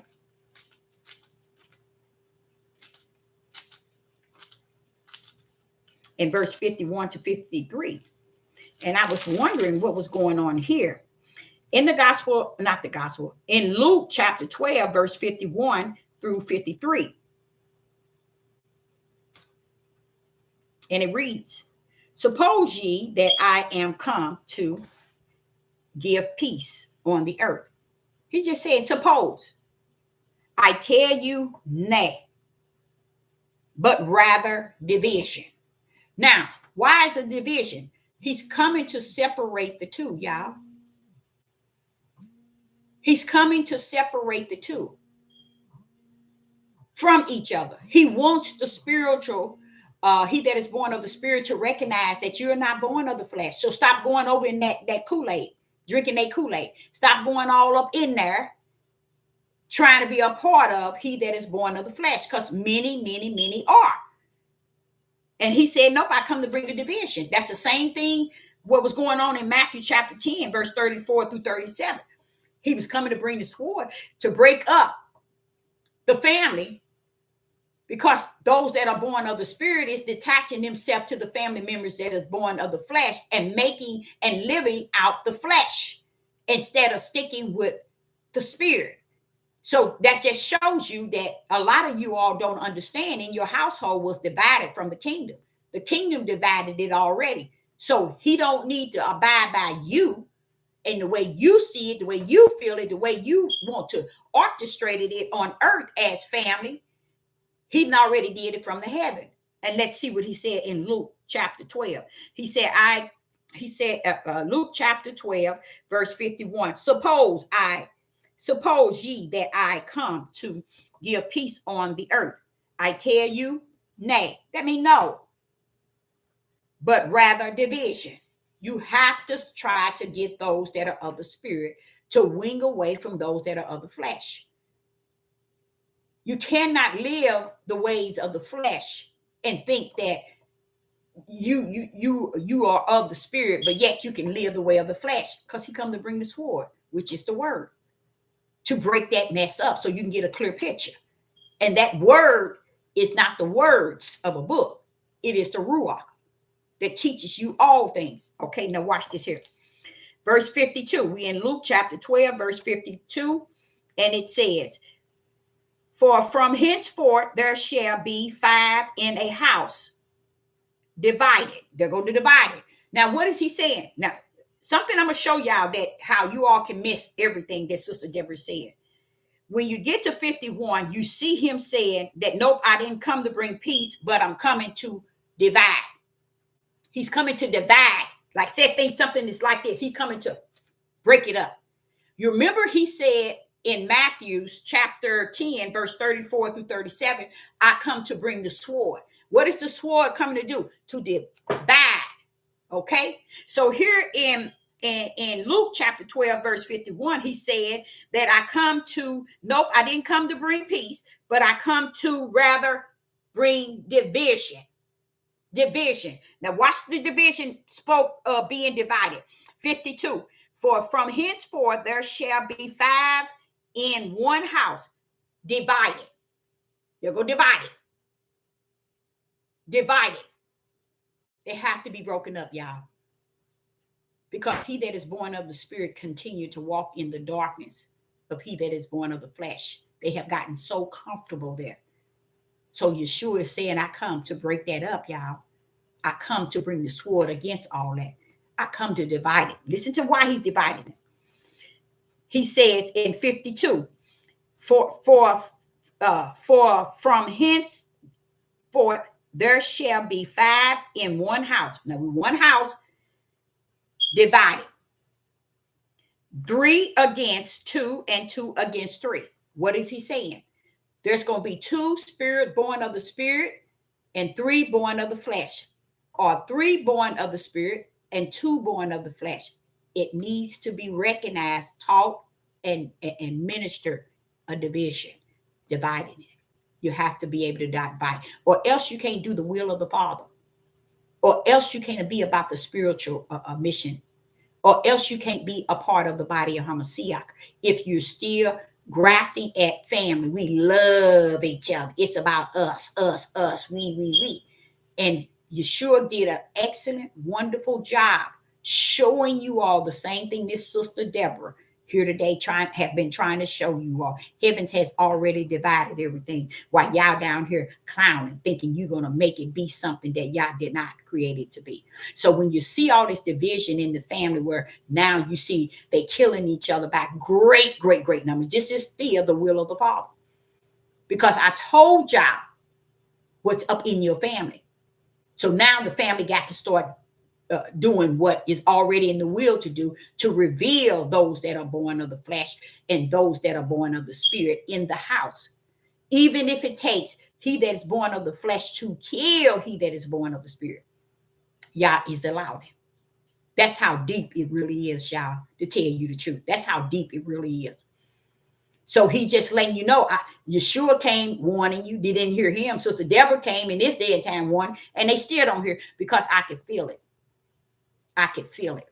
Okay. Now listen to what he says. For 52, for from henceforth there shall be 5 in one house divided.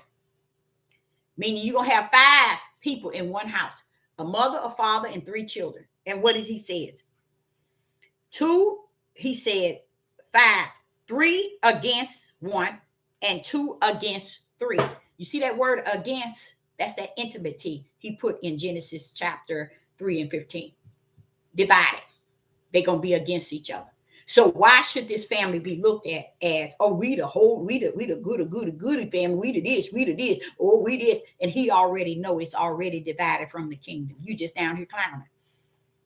And this is why you see these things that's happening, trying to figure out, these men are killing their mothers like crazy. Yes, they are. They're killing their wives. They're killing their children. They're killing each other like crazy. Women are killing their children like it's like they going shopping, or like they going to get their nails done. That's just how bad it is.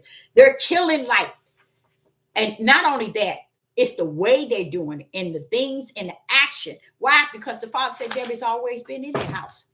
They just try to cover it up. That's why ain't no sword been in their house, meaning the word.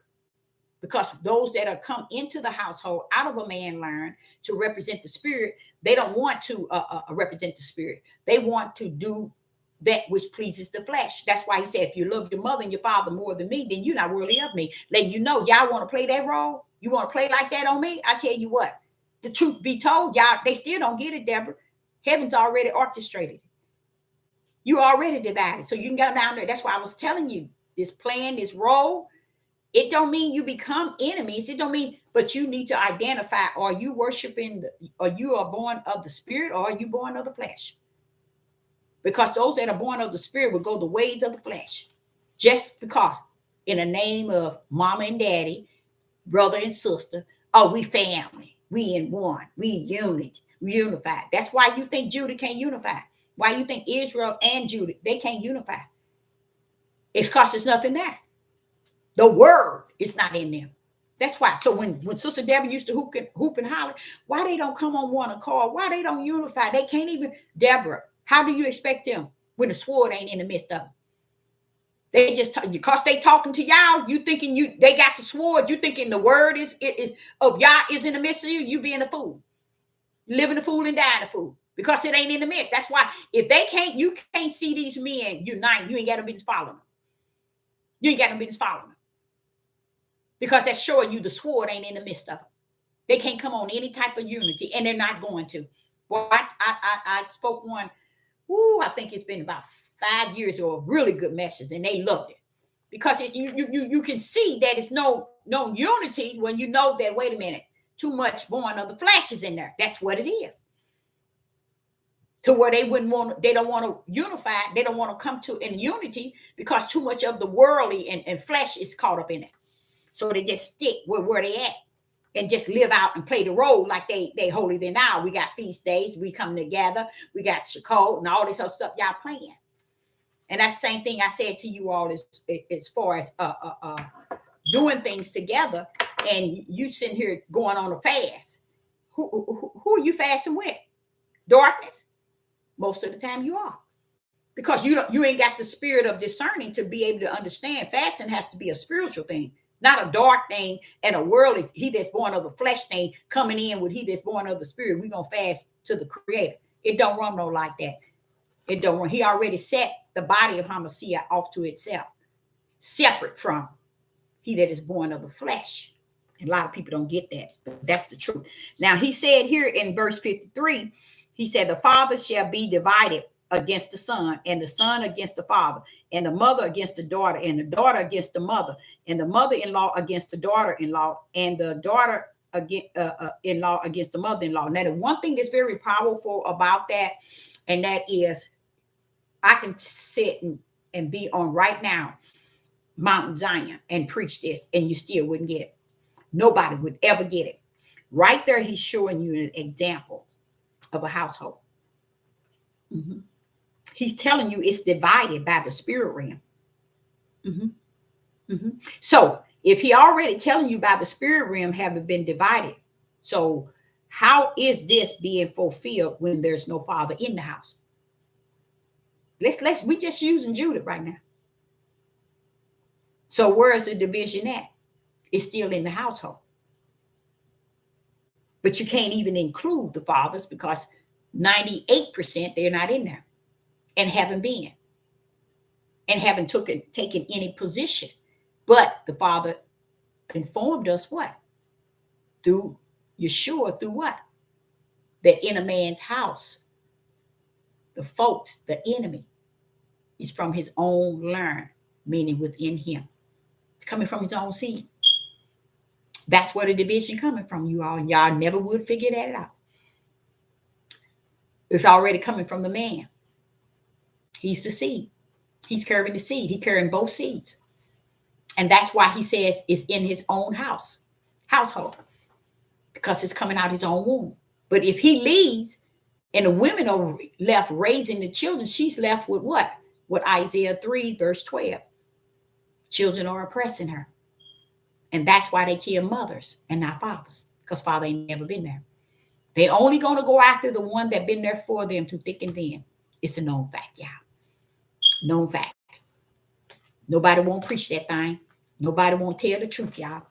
And I don't blame them, because ain't nobody wanting the truth. Everybody want the lie. Everybody want to rest in the lie. So I was listening to 2 Timothy chapter 3 and verse 2. In 2 Timothy chapter 3 and verse 2. 2 Timothy chapter 3 and verse 2. It goes back. Let's go back to 2 Timothy chapter 3 and verse 1 and 2. And it sits the pace pretty much where I left off, of course, he said, in their learn. See, a lot of y'all don't want to accept the fact that these seeds, these babies, these monsters that's being born, these born of the flesh is coming out of the womb of a man. He's the seed carrier. You see? And he's saying that even the man's ways are going to be measured in the children. Why? Because he knows, Yah knows that he brought the seeds through the men. And the ways of the forefathers, the iniquity. Now, what is he speaking of iniquity? The evil and wicked in the men is going to come down their children 3 to 4 generations. See, that can be taught all over the world, but they won't believe it. Christian, Catholics, Jehovah's Witness, Muslim, everybody that picks up this here King James Bible, it's said in there. But you will never hear these men teach it. And you ain't going to get the women to teach it, because they don't need to be teaching no way. They don't have the Ruach in them. If the women don't have the Holy Spirit in them, they ain't got no business teaching. They ain't got no business teaching, because that's the only thing that's going to combat what these men are saying is the Ruach that's within her. Okay? That's the only thing need to speak in this day and time is the Ruach. You see? So here in 2 Timothy chapter 3 and verse 1, and this is why they don't want Sister Deborah, and especially the males that come onto my page, they don't want you saying anything about a man. But you know what that's I'm going to tell y'all what that's detached to.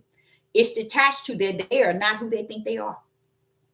Because you either believe the truth or you believe the lie. And if you want to live by the lie, then you live by the lie. That means you're living by flesh. You're not living by spirit, the spirit, born of the spirit by spirit. You're living by flesh. If Sister Deborah says something wrong that's not true, then you have every right. But if I'm saying something true, spirit and truth with the light in the right hand, it still chase them off because they feel that it should never be anything said about them or continually being said. But when you pick up this King James book, everything in it is addressing the men. Only part they want is to be the ruler, the king, and the leader out of this book. And they want every woman to recognize that they should submit to them, and they are leaders, rulers, kings, and lions, and everything out of this book. But now one of them want to tell the truth of what this book is saying. They just wants to be the rulers, the king. They want to be looked at, all these characteristics, but they don't understand Yah got you written too. You are either in one area or the other. That's why Sister Deborah have no problem with people coming in and going out. To me, those are the fruits that he said. You'll know them by their fruit, because they quick to slither in and to slither out when they are in disagreement with what you're saying, instead of hearing, what is the Spirit saying through this old hen?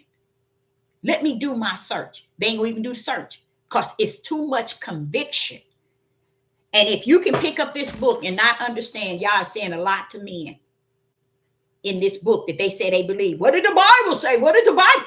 You believe in here. And it's chewing you in and chewing you out and spitting you out, men. And then you sit and tell this woman that's coming as a servant of Yah that you don't want to hear it because she's talking about men. That shows you are born of the flesh 100. Because it's not about what she's talking about man. It's about what? Truth. And when you are not lining up with truth, you will believe a lie as long as it's saying what you want it to say. As long as it's making you feel that you are who you are and why you're who you are. So I myself, I am so content with those who, I don't care, like he said, Deborah, if it's one. My message was to take it to Facebook and then a short one to Twitter, a real short one about all 40 these verses. I decided to come and also bring it to YouTube. But the thing about it is, I already know who people are, and they still don't get anything. They don't get the fact that you can look at me and see me as a human, as a female, and you can think that, hey, I'm only following her because, she say this and she say that, but no, I don't agree with this. I don't agree. It ain't about agreeing, because truth ain't never been agreed on. People will not. Do you know people will believe the lie than they will the truth?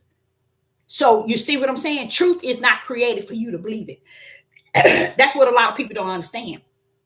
Truth is not created for you to believe it. It's created for you not to. And that's the ignorance that's in many. And they adapt the fact that, okay, you're talking about men, but wait a minute, let's rumble. I don't understand why from the beginning to the end, he's chastising, he's disciplining, he's trying to correct them, and they still don't get it. Even in the garden, he told him one commandment and one law, which is one instruction, one direction. And what did he give him? A consequence. Did he follow that? No. So what makes you think they're going to follow him now? Father, they don't get it. And that was one man. They didn't follow him in the beginning. What makes you think they're going to follow him now? You think Sister Deborah's been up and down because they don't follow me, they don't listen, and they don't take heed? No. I look back at what the Father taught me. They didn't follow me then. And I only gave them one commandment, Deborah. I only gave them one law, as they call it, which was instruction and direction. And Adam couldn't even keep it. So, you see what I'm saying?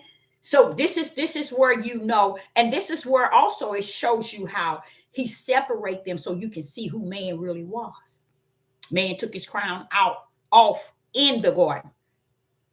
You see, before woman was even created.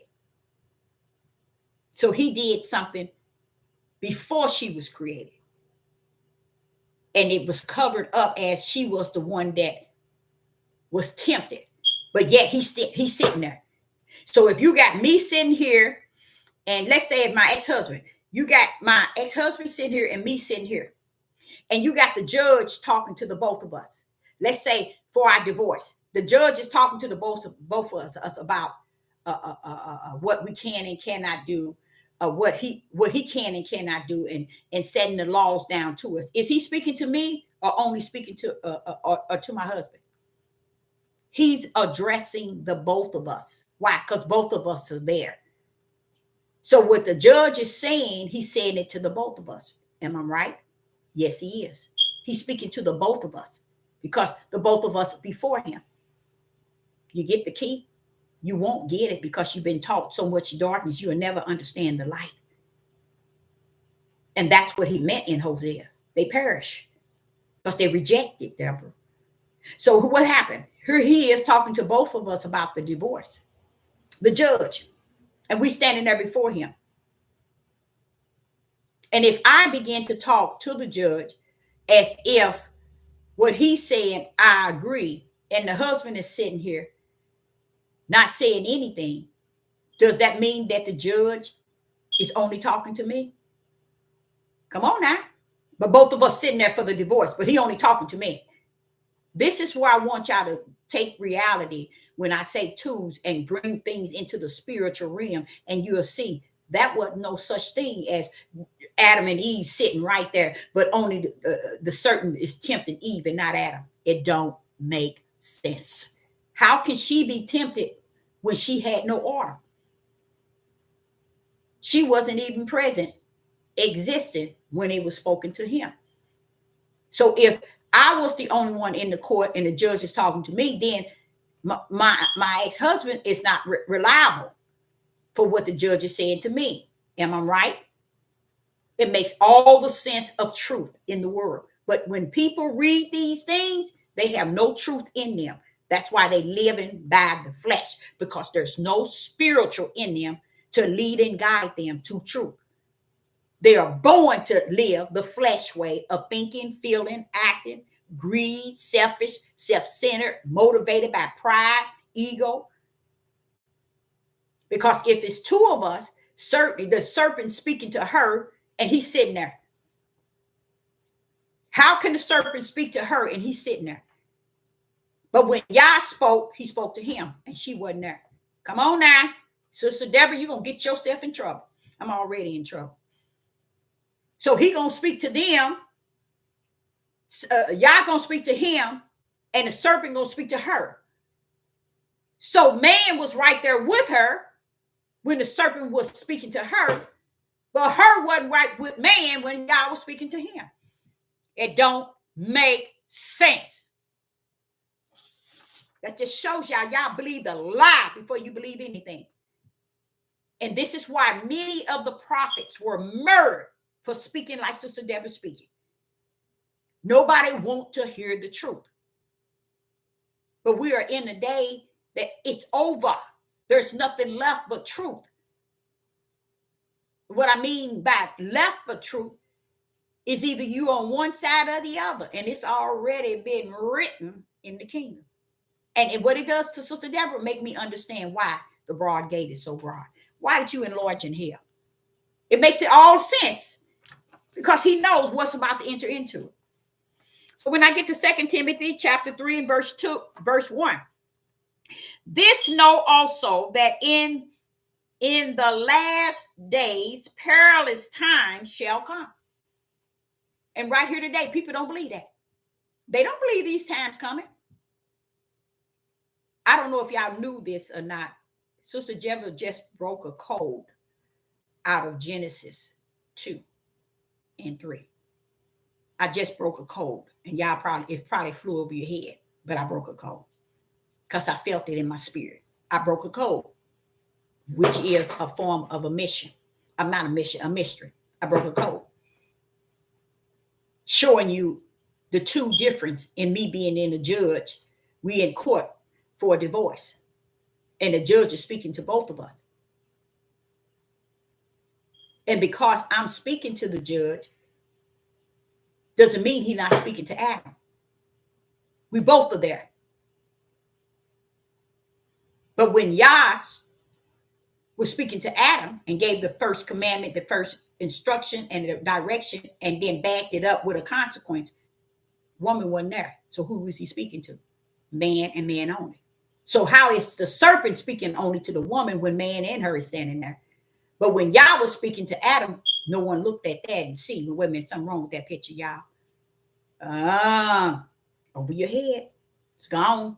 It's gone. But here in 2 Timothy in chapter 3, it says that we are in perilous times. In the last days, perilous times shall come. That's a warning to you all. Every male and female. But when I say this, the males can't stand it, I would prefer them stay off this page because they cannot handle truth. Especially Judith. I know about Judith. I know all the ins and outs about Judith. I come as a servant of the Most High Yah to be amongst Judith. And the main ones I need to be amongst is the men. They are the same yesterday as they were today. They killed all the prophets. Many of they killed the prophets. You think it was the women? No, it was the same men today that stand right now and come on Deborah's page and get mad because I'm talking about men. And not only did they kill the women, they killed the Messiah. Crucify him. Crucify him. That was Judah and Israel.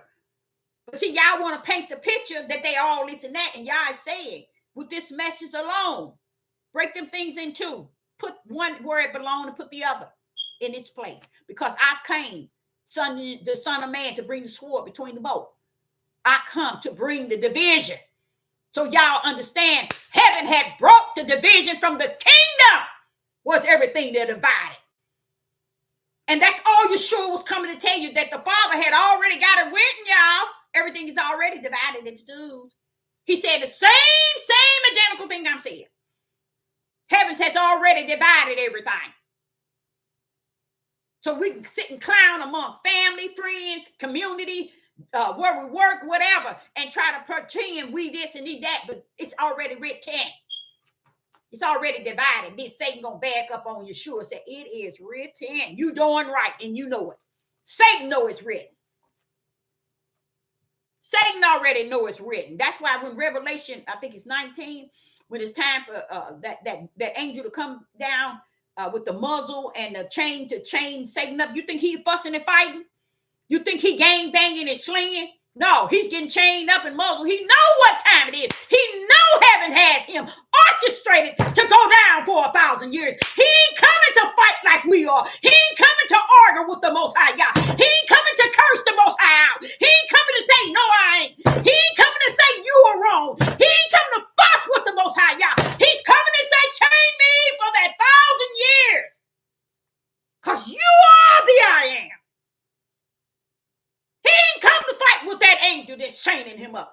An angel didn't have to have a whole host of angels to come get him. That's us playing. That's us. He knows the order of my Father.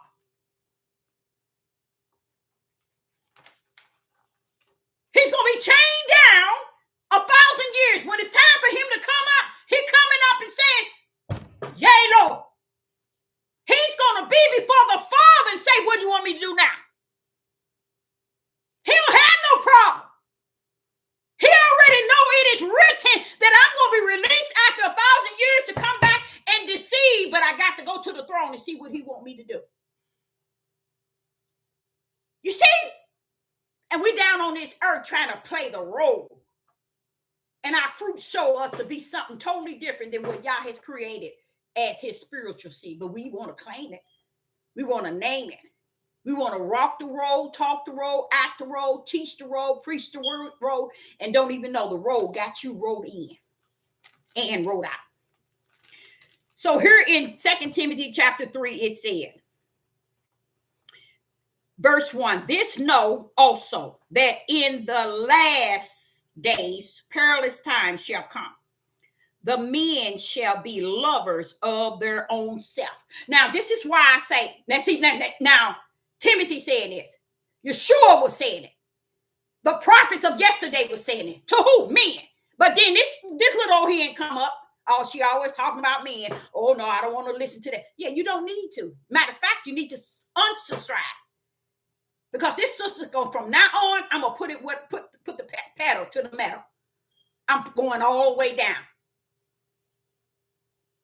Because right now, we're in the body of Hamashiach. We should be coming on to oneness. Understanding that ain't nobody perfect. Sister Deborah would tell you, give or take out 100, I got about 20. I told you over and over, I don't have no sense in the flesh. Catch me on the spirit realm, you get messed up. So I ain't claiming to be all that and some. I'm just claiming to be all that Yah has called me to be. But I'm going to stand on his sword and not on your words, not on your wisdom, not on your understanding. That's why the sword is coming, to divide the family, because the family trying to come on to oneness in them. They trying to come on to a oneness in what they believe, what they want to accept. Oh, I don't believe that. I don't believe this. And no, that's not true. That's not true. And they come, even the husband coming on one accord with the wife. The wife coming on one accord with the husband. Both of them don't understand. You both flesh. That's why you don't want accord.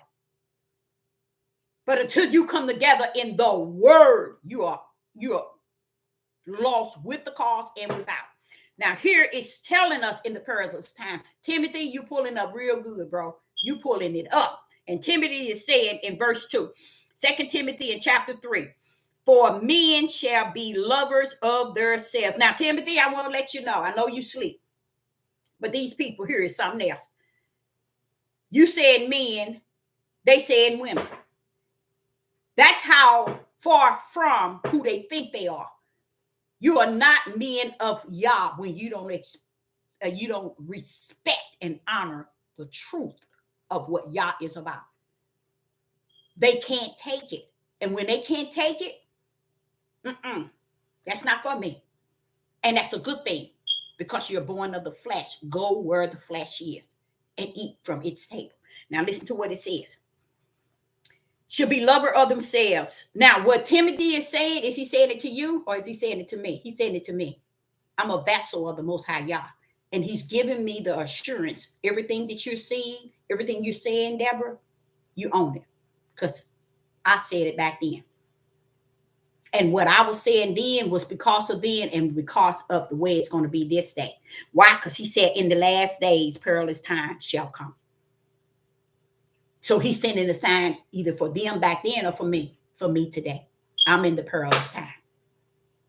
So why should I believe what these men on these devil platforms are saying today when they don't even respect this?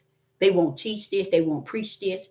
They won't stand on a mountain on it. They won't precept it. They won't line it. They won't little here. And no matter what they do. Because when you don't understand people, these people are born of the flesh. They cannot give you the things of the spirit, which is truth, which is righteous. They cannot feed you from the plate of righteous. They cannot feed you from the plate that has light. They got to give you what they have, flesh upon flesh. And when they give you the flesh upon flesh, they'll never touch the rim of what these men of Judah is and doing. That's why none of these men on this platform really get to the nitty gritty of truth and righteous of what men are doing versus what their instructions and direction has taught them that should come, because the Ruach would teach them. And that's why I know for a fact, even the Ruach is not dealing with a lot of them, is because they're never coming up and bringing the message out of the words and pulling up with the word. They don't do it. They're only going to pull up with every other book on the face of the earth, but they're not going to pull up with the word, and that is the Ruach HaKodesh. They ain't going to pull up with him. They're going to pull up alone in this King James Bibles and this Enoch and all these other books, but they ain't going to pull up with the word. That one that is called the two-edged sword. That's the word that's rests in the bosom of the Father. They ain't going to pull up with that. Now, right here, they would never cover this verse. Never ever will they cover it because it's telling them about today. And see, they don't want to hear, Deborah, what you're talking about today. That bothers me. That hurts me. That offends me. Because the truth is coming to destroy the lies. And as long as they can live in the lies, they are fully content. They thinking they're going to cross a bridge and they're going to get to the other side. They really do, y'all. Okay? So verse 2 said, men shall be lovers of themselves. And right here today, many women are crying because of this. They want to call them alpha. They want to call them this and this and this. And this is why the word has gone out in the last 8 years that women is to be submissive, and they supposed to do what you tell them, and they supposed to do this. But that's all flesh. Come on now, bro. That's all flesh. What are they supposed to be doing in the spirit, bro? Where's the sword? Where's the sword? Show me the sword. Pull the sword up. They ain't gonna be able to do it because they want to go from the books. And even the books is not saying that. The book will never tell the flesh, someone that's born of the flesh, to be submissive to someone that's born of the flesh. Or it wouldn't tell, he would never tell he that is born of the spirit to be submissive to he that is born of the flesh.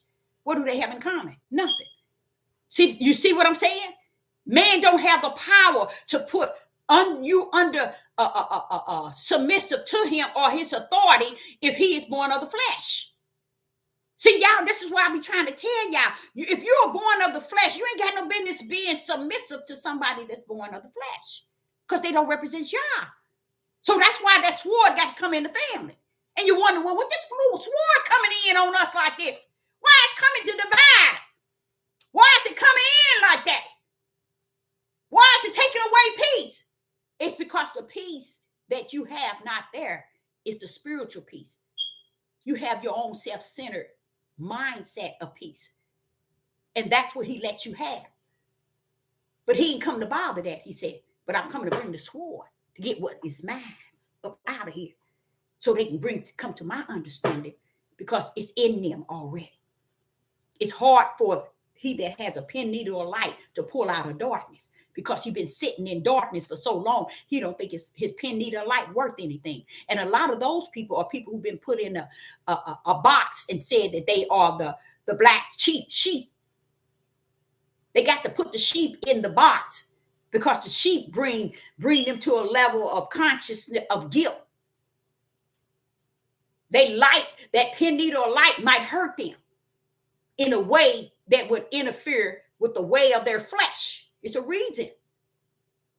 So that black sheep begin to do things worse and worse and worse because it feel like it's not worldly, it's not nothing. But actually, you're the one that he's coming in to bring the sword to separate you from them.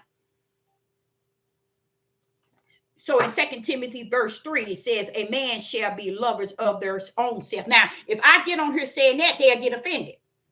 They'll feel offended. But Timothy's been saying it for how many? Probably thousands of years. Years ago. And nobody ain't saying nothing. And this is why they won't preach this. So who gonna preach it? If the men don't do it, who gonna say it? The vessels of the Most High, y'all. And it says, and they're gonna become covetous, boasters, proud. That's what they are today, y'all. And ain't nobody gonna be able to do nothing about it because now they at the level of no return. Nothing can be said. Nothing can be done. They are at the level of no return. And it's going to be greater and greater and greater. This spirit that's on them. Boasters, greater, proud, greater, blasphemy, greater, disobedient to parents. Men. See? When we see them killing their mothers and your grandmothers and their fathers, a lot of them ain't killing their father, they killing their mothers because the daddy ain't never been there.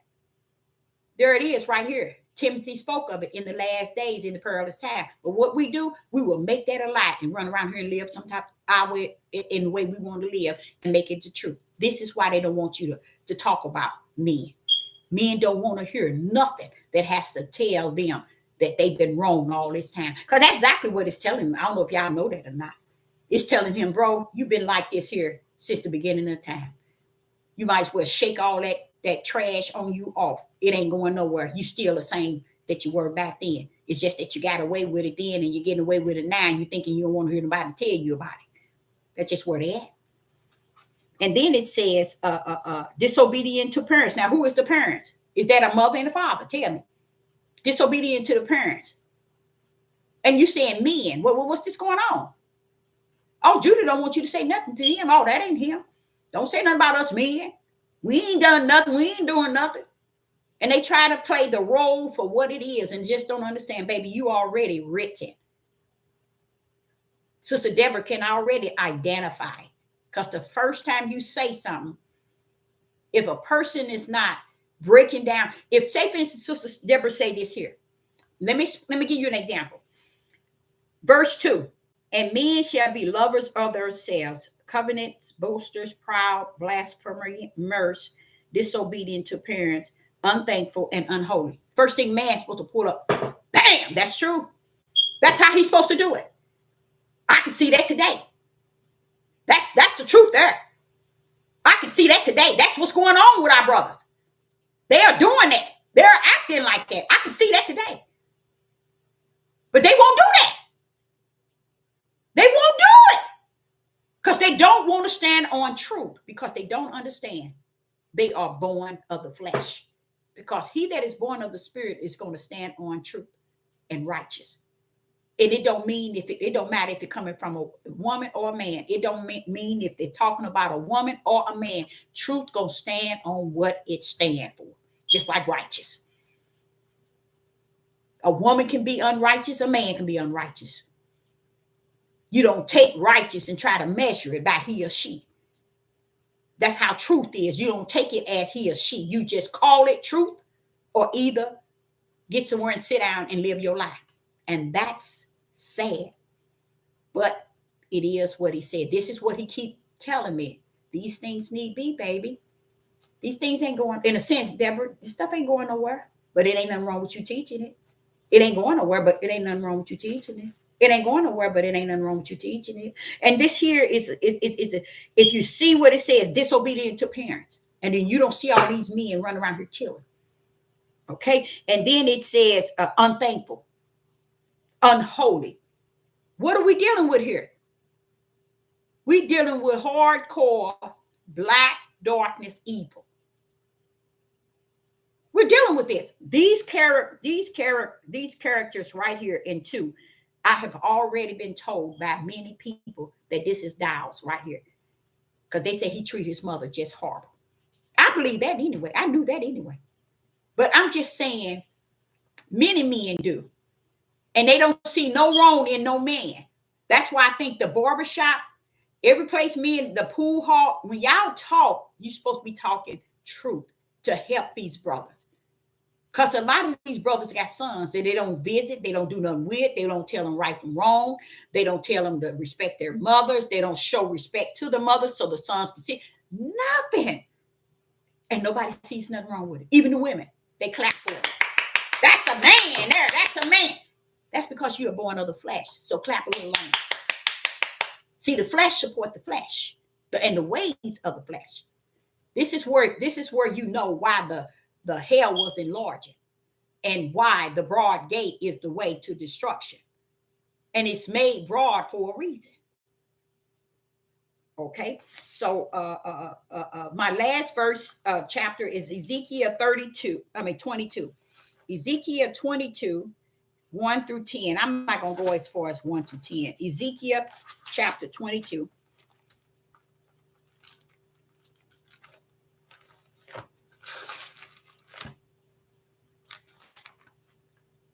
And I'm going to tell y'all something. Righteous and truth don't need nobody on the left of it or on the right. It don't need nobody to stand in front of it nor in the back. They stand alone. You see?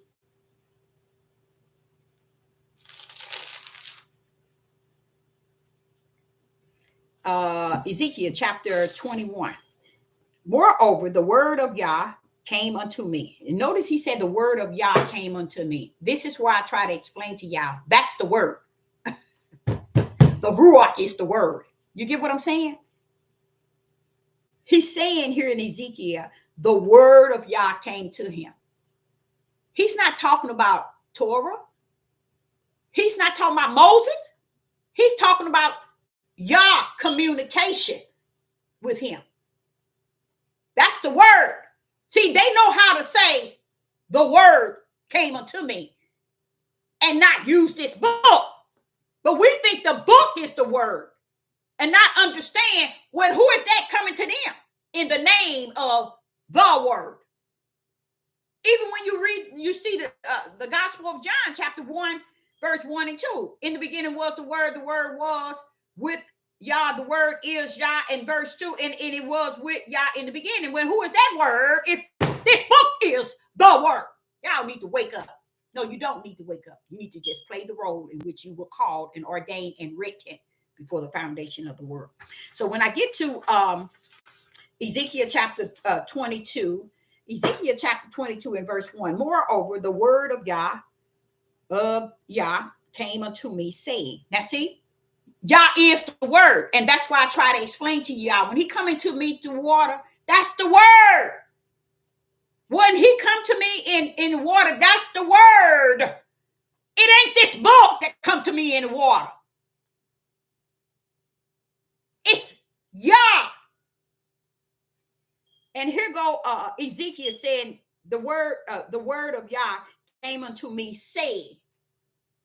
See, that's what he don't like. He don't like the idea that we just took him and who he is, who he stand for, his right hand, his power, his stretched out arm. We have made it all what we want to make it. And then try to have the audacity to disrespect him in the midst of it. Okay, verse 2. Now thy son of man, will thou judge the bloody city? Now he's on Ezekiel. Yea, thou shalt show her all her abomination. Now he's talking to Ezekiel. He's telling the prophet Ezekiel, go after Israel. Tell them they ugliness. Judge they tails. Their abomination. Judge all that mess. See, y'all messed up.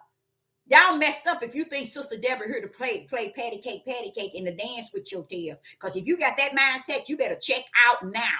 I mean, like ASAP. Because your head, which is the serpent seed, is going to be crushed. Now he says in verse 2, now thy son of man, will thou judge the bloody city? Ye that thou shalt show her all her abomination. And this is what I be doing about Judith and about Judith men. I'm called, appointed, and anointed, and predestined, and written to speak the things that I speak it unto the men of Judah, to the women of Judah, to Israel. I'm called for that. Now, is they called to hear it or to take heed? No, it doesn't matter. Y'all got his T's crossing his I's dot, meaning he already got it set up and written who's who and what's what. They ain't gonna listen no way. That's why his gate that's narrow is so narrow. He don't give a rest behind if you don't listen. He already got it written that you wouldn't. So here he is. He's charging Ezekiel to go into Israel. I mean, and because of what they're doing, judge they tails. And what did he say? And show her all abomination. Now you see the word her. Y'all use female words to describe Israel. Y'all see what I'm saying? But he's not saying a woman or a female, but he used those words they use are identifying like it's a female. Okay. Verse 3. Then said thou said Yah, the city shed blood. The city shedded blood in the midst of it, that her time may come and make idols against herself to defile herself. This is Ezekiel telling you what Judah was doing, what Israel was doing. Just giving us, and then we stand here like clowns thinking that, oh, we all let in some over in the land of our captives and everybody's bothering us except for what we've done. We're doing what people are doing is what we were doing in our own land. Okay. Now, verse 4, thou art become guilty in thy blood, and thou hast shed it, and hast defiled thyself in thy idols, which thou hast made, and thou hast caused thy days to draw near, and thou art even unto thy years. Therefore have I made thee a reproach unto the heathens, and a mockery to all the countries. And then you run around here thinking they just bothering you because they bothering you. You the Hebrew Israelite. They just messing with us because we the children. They just doing this because we the dead. They just bothering us. I don't even think now one of y'all heard what I just said. I just read in Ezekiel. I don't even think now one of you heard it. But I'm going to read it again. Watch this. In verse 4, Ezekiel chapter 22 and verse 4, Yah is talking to Ezekiel about the ugliness of Judah and Israel. I try to explain to you all, my brothers, been speaking what I'm speaking since the beginning. And nobody hears it. Nobody cares that Isaiah telling you the same thing I'm saying. Nobody cares that Ezekiel is saying the same thing I'm saying. Jeremiah is saying the same thing I'm saying. What's the difference in all three of them and me? We talking about the same people. While y'all trying to escape the fact that y'all some ugly people and don't give a rat's behind. Wicked and evil at its highest, and thinking you going to the kingdom for eternal. Now listen to this. And I know it went over your heads, and it's going to go over your head again, but I'm going to go on and read it. Ezekiel chapter 22 and verse 44. Thou art become guilty in thy blood that thou hast shed. Y'all, that's killing. Israel up in there just killing each other, just as they doing today. And these men don't want you to speak on it. They don't want you to say a rat's behind to them. They don't want you to call it out. They don't want you to speak truth. They don't want you to tell truth. They don't want you to speak righteous. All because you're talking about the men. But they reject the fact that now one of them will open their mouth up to what the men are doing. That's powerful to me. That's powerful to me. Now, here it is. He's telling Ezekiel, they shed it and has defiled themselves in thy idols, which thou hast made. And thou hast caused the days to draw near, and the art comes even until thy years. Therefore have I made thee. Now, y'all talking to Ezekiel. The word is speaking to Ezekiel. And what he said, therefore have I made thee a reproach unto the heathens. Yah made you a reproach to the heathen and a mockery to all the countries. Oh, they just hating on you because you Hebrew Israelite. You the children. You the Jews. And they bothering you. What is this saying here? But didn't you say this is your book? This book is speaking of you. This book is talking to you as a people. You see how they contradict? You see the wickedness at the level of Israel and Judah men? They won't tell the truth. And then you say, well, don't be talking about men sitting here teaching all these men and all Israel, men are teaching. Women got their clown tails up in a corner somewhere, trying to wrap up like somebody looking. Ain't nobody looking at you. You can wrap yourself from head to toe to head. Ain't nobody looking at you but Satan. And he's looking at you saying, look at that fool wrapped up like that. You wrapped up for nothing. It's the spirit that y'all behold, not your nasty tails getting wrapped up on the outside. Right, your tails wrapped up, these men are looking at men and babies. You're stupid. You're stupid. Therefore have I made thee a reproach unto the heathens and mockery to all the countries. Verse 5. Those that be near and those that be far from thee shall mock thee, which thou infamous and much vast. Now he's telling them all over the country, they're going to be mocking you. All because of the things that you're doing. Y'all put the reproach on your tail. That they may mock you.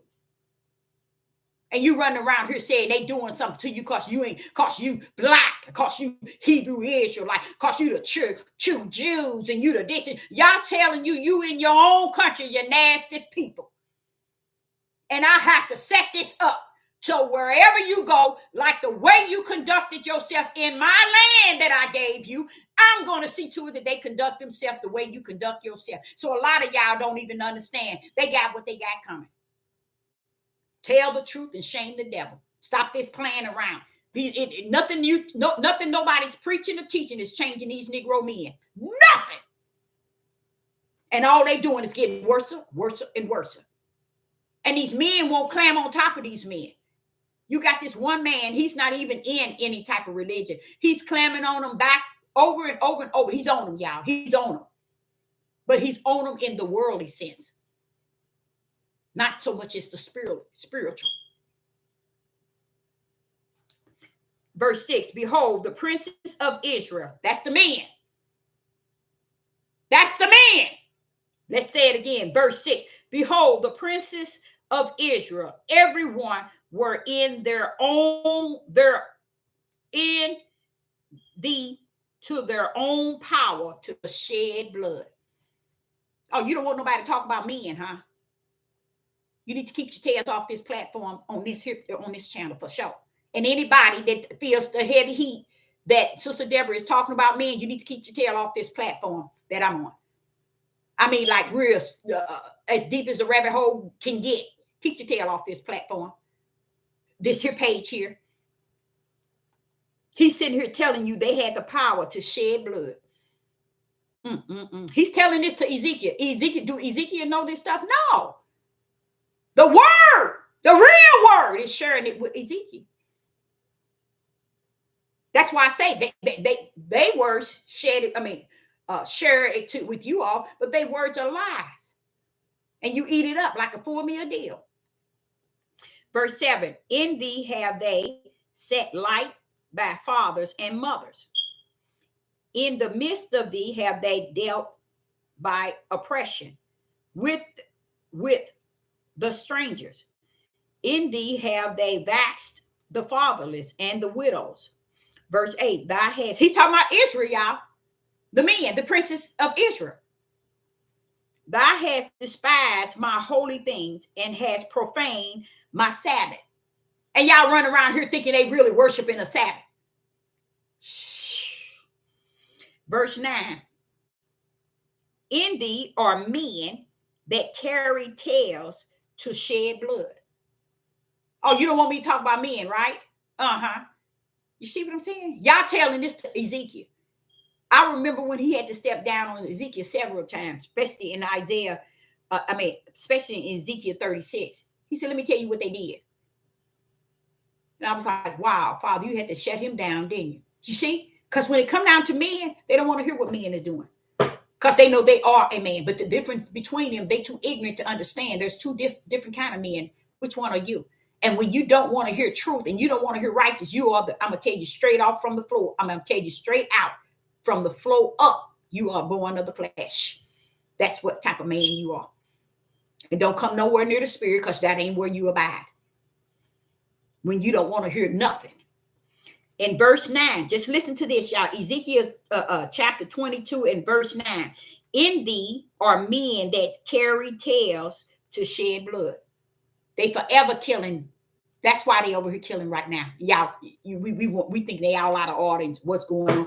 No, the Father just said, just letting us know right here. This is what these men been doing, y'all. Okay? In the promised land.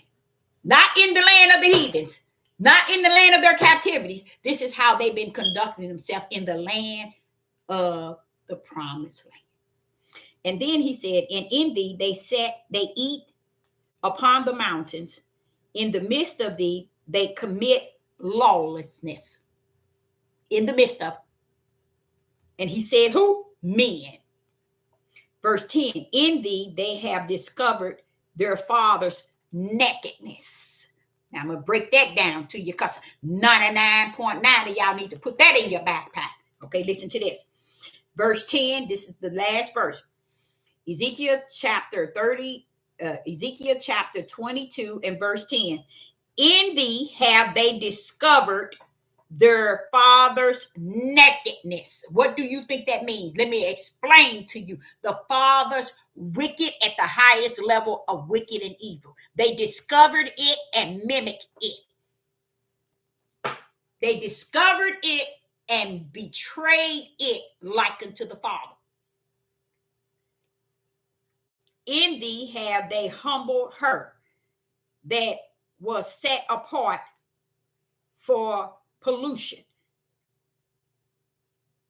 Now, they humbled her and was set apart for pollution. Who did they humble? Quiet her. You see? And that's what's wrong with y'all today. So today, I'm done with this. I got to go into Facebook and Twitter to do this message. But I say unto you all, this message should let you know who you really are in Yah.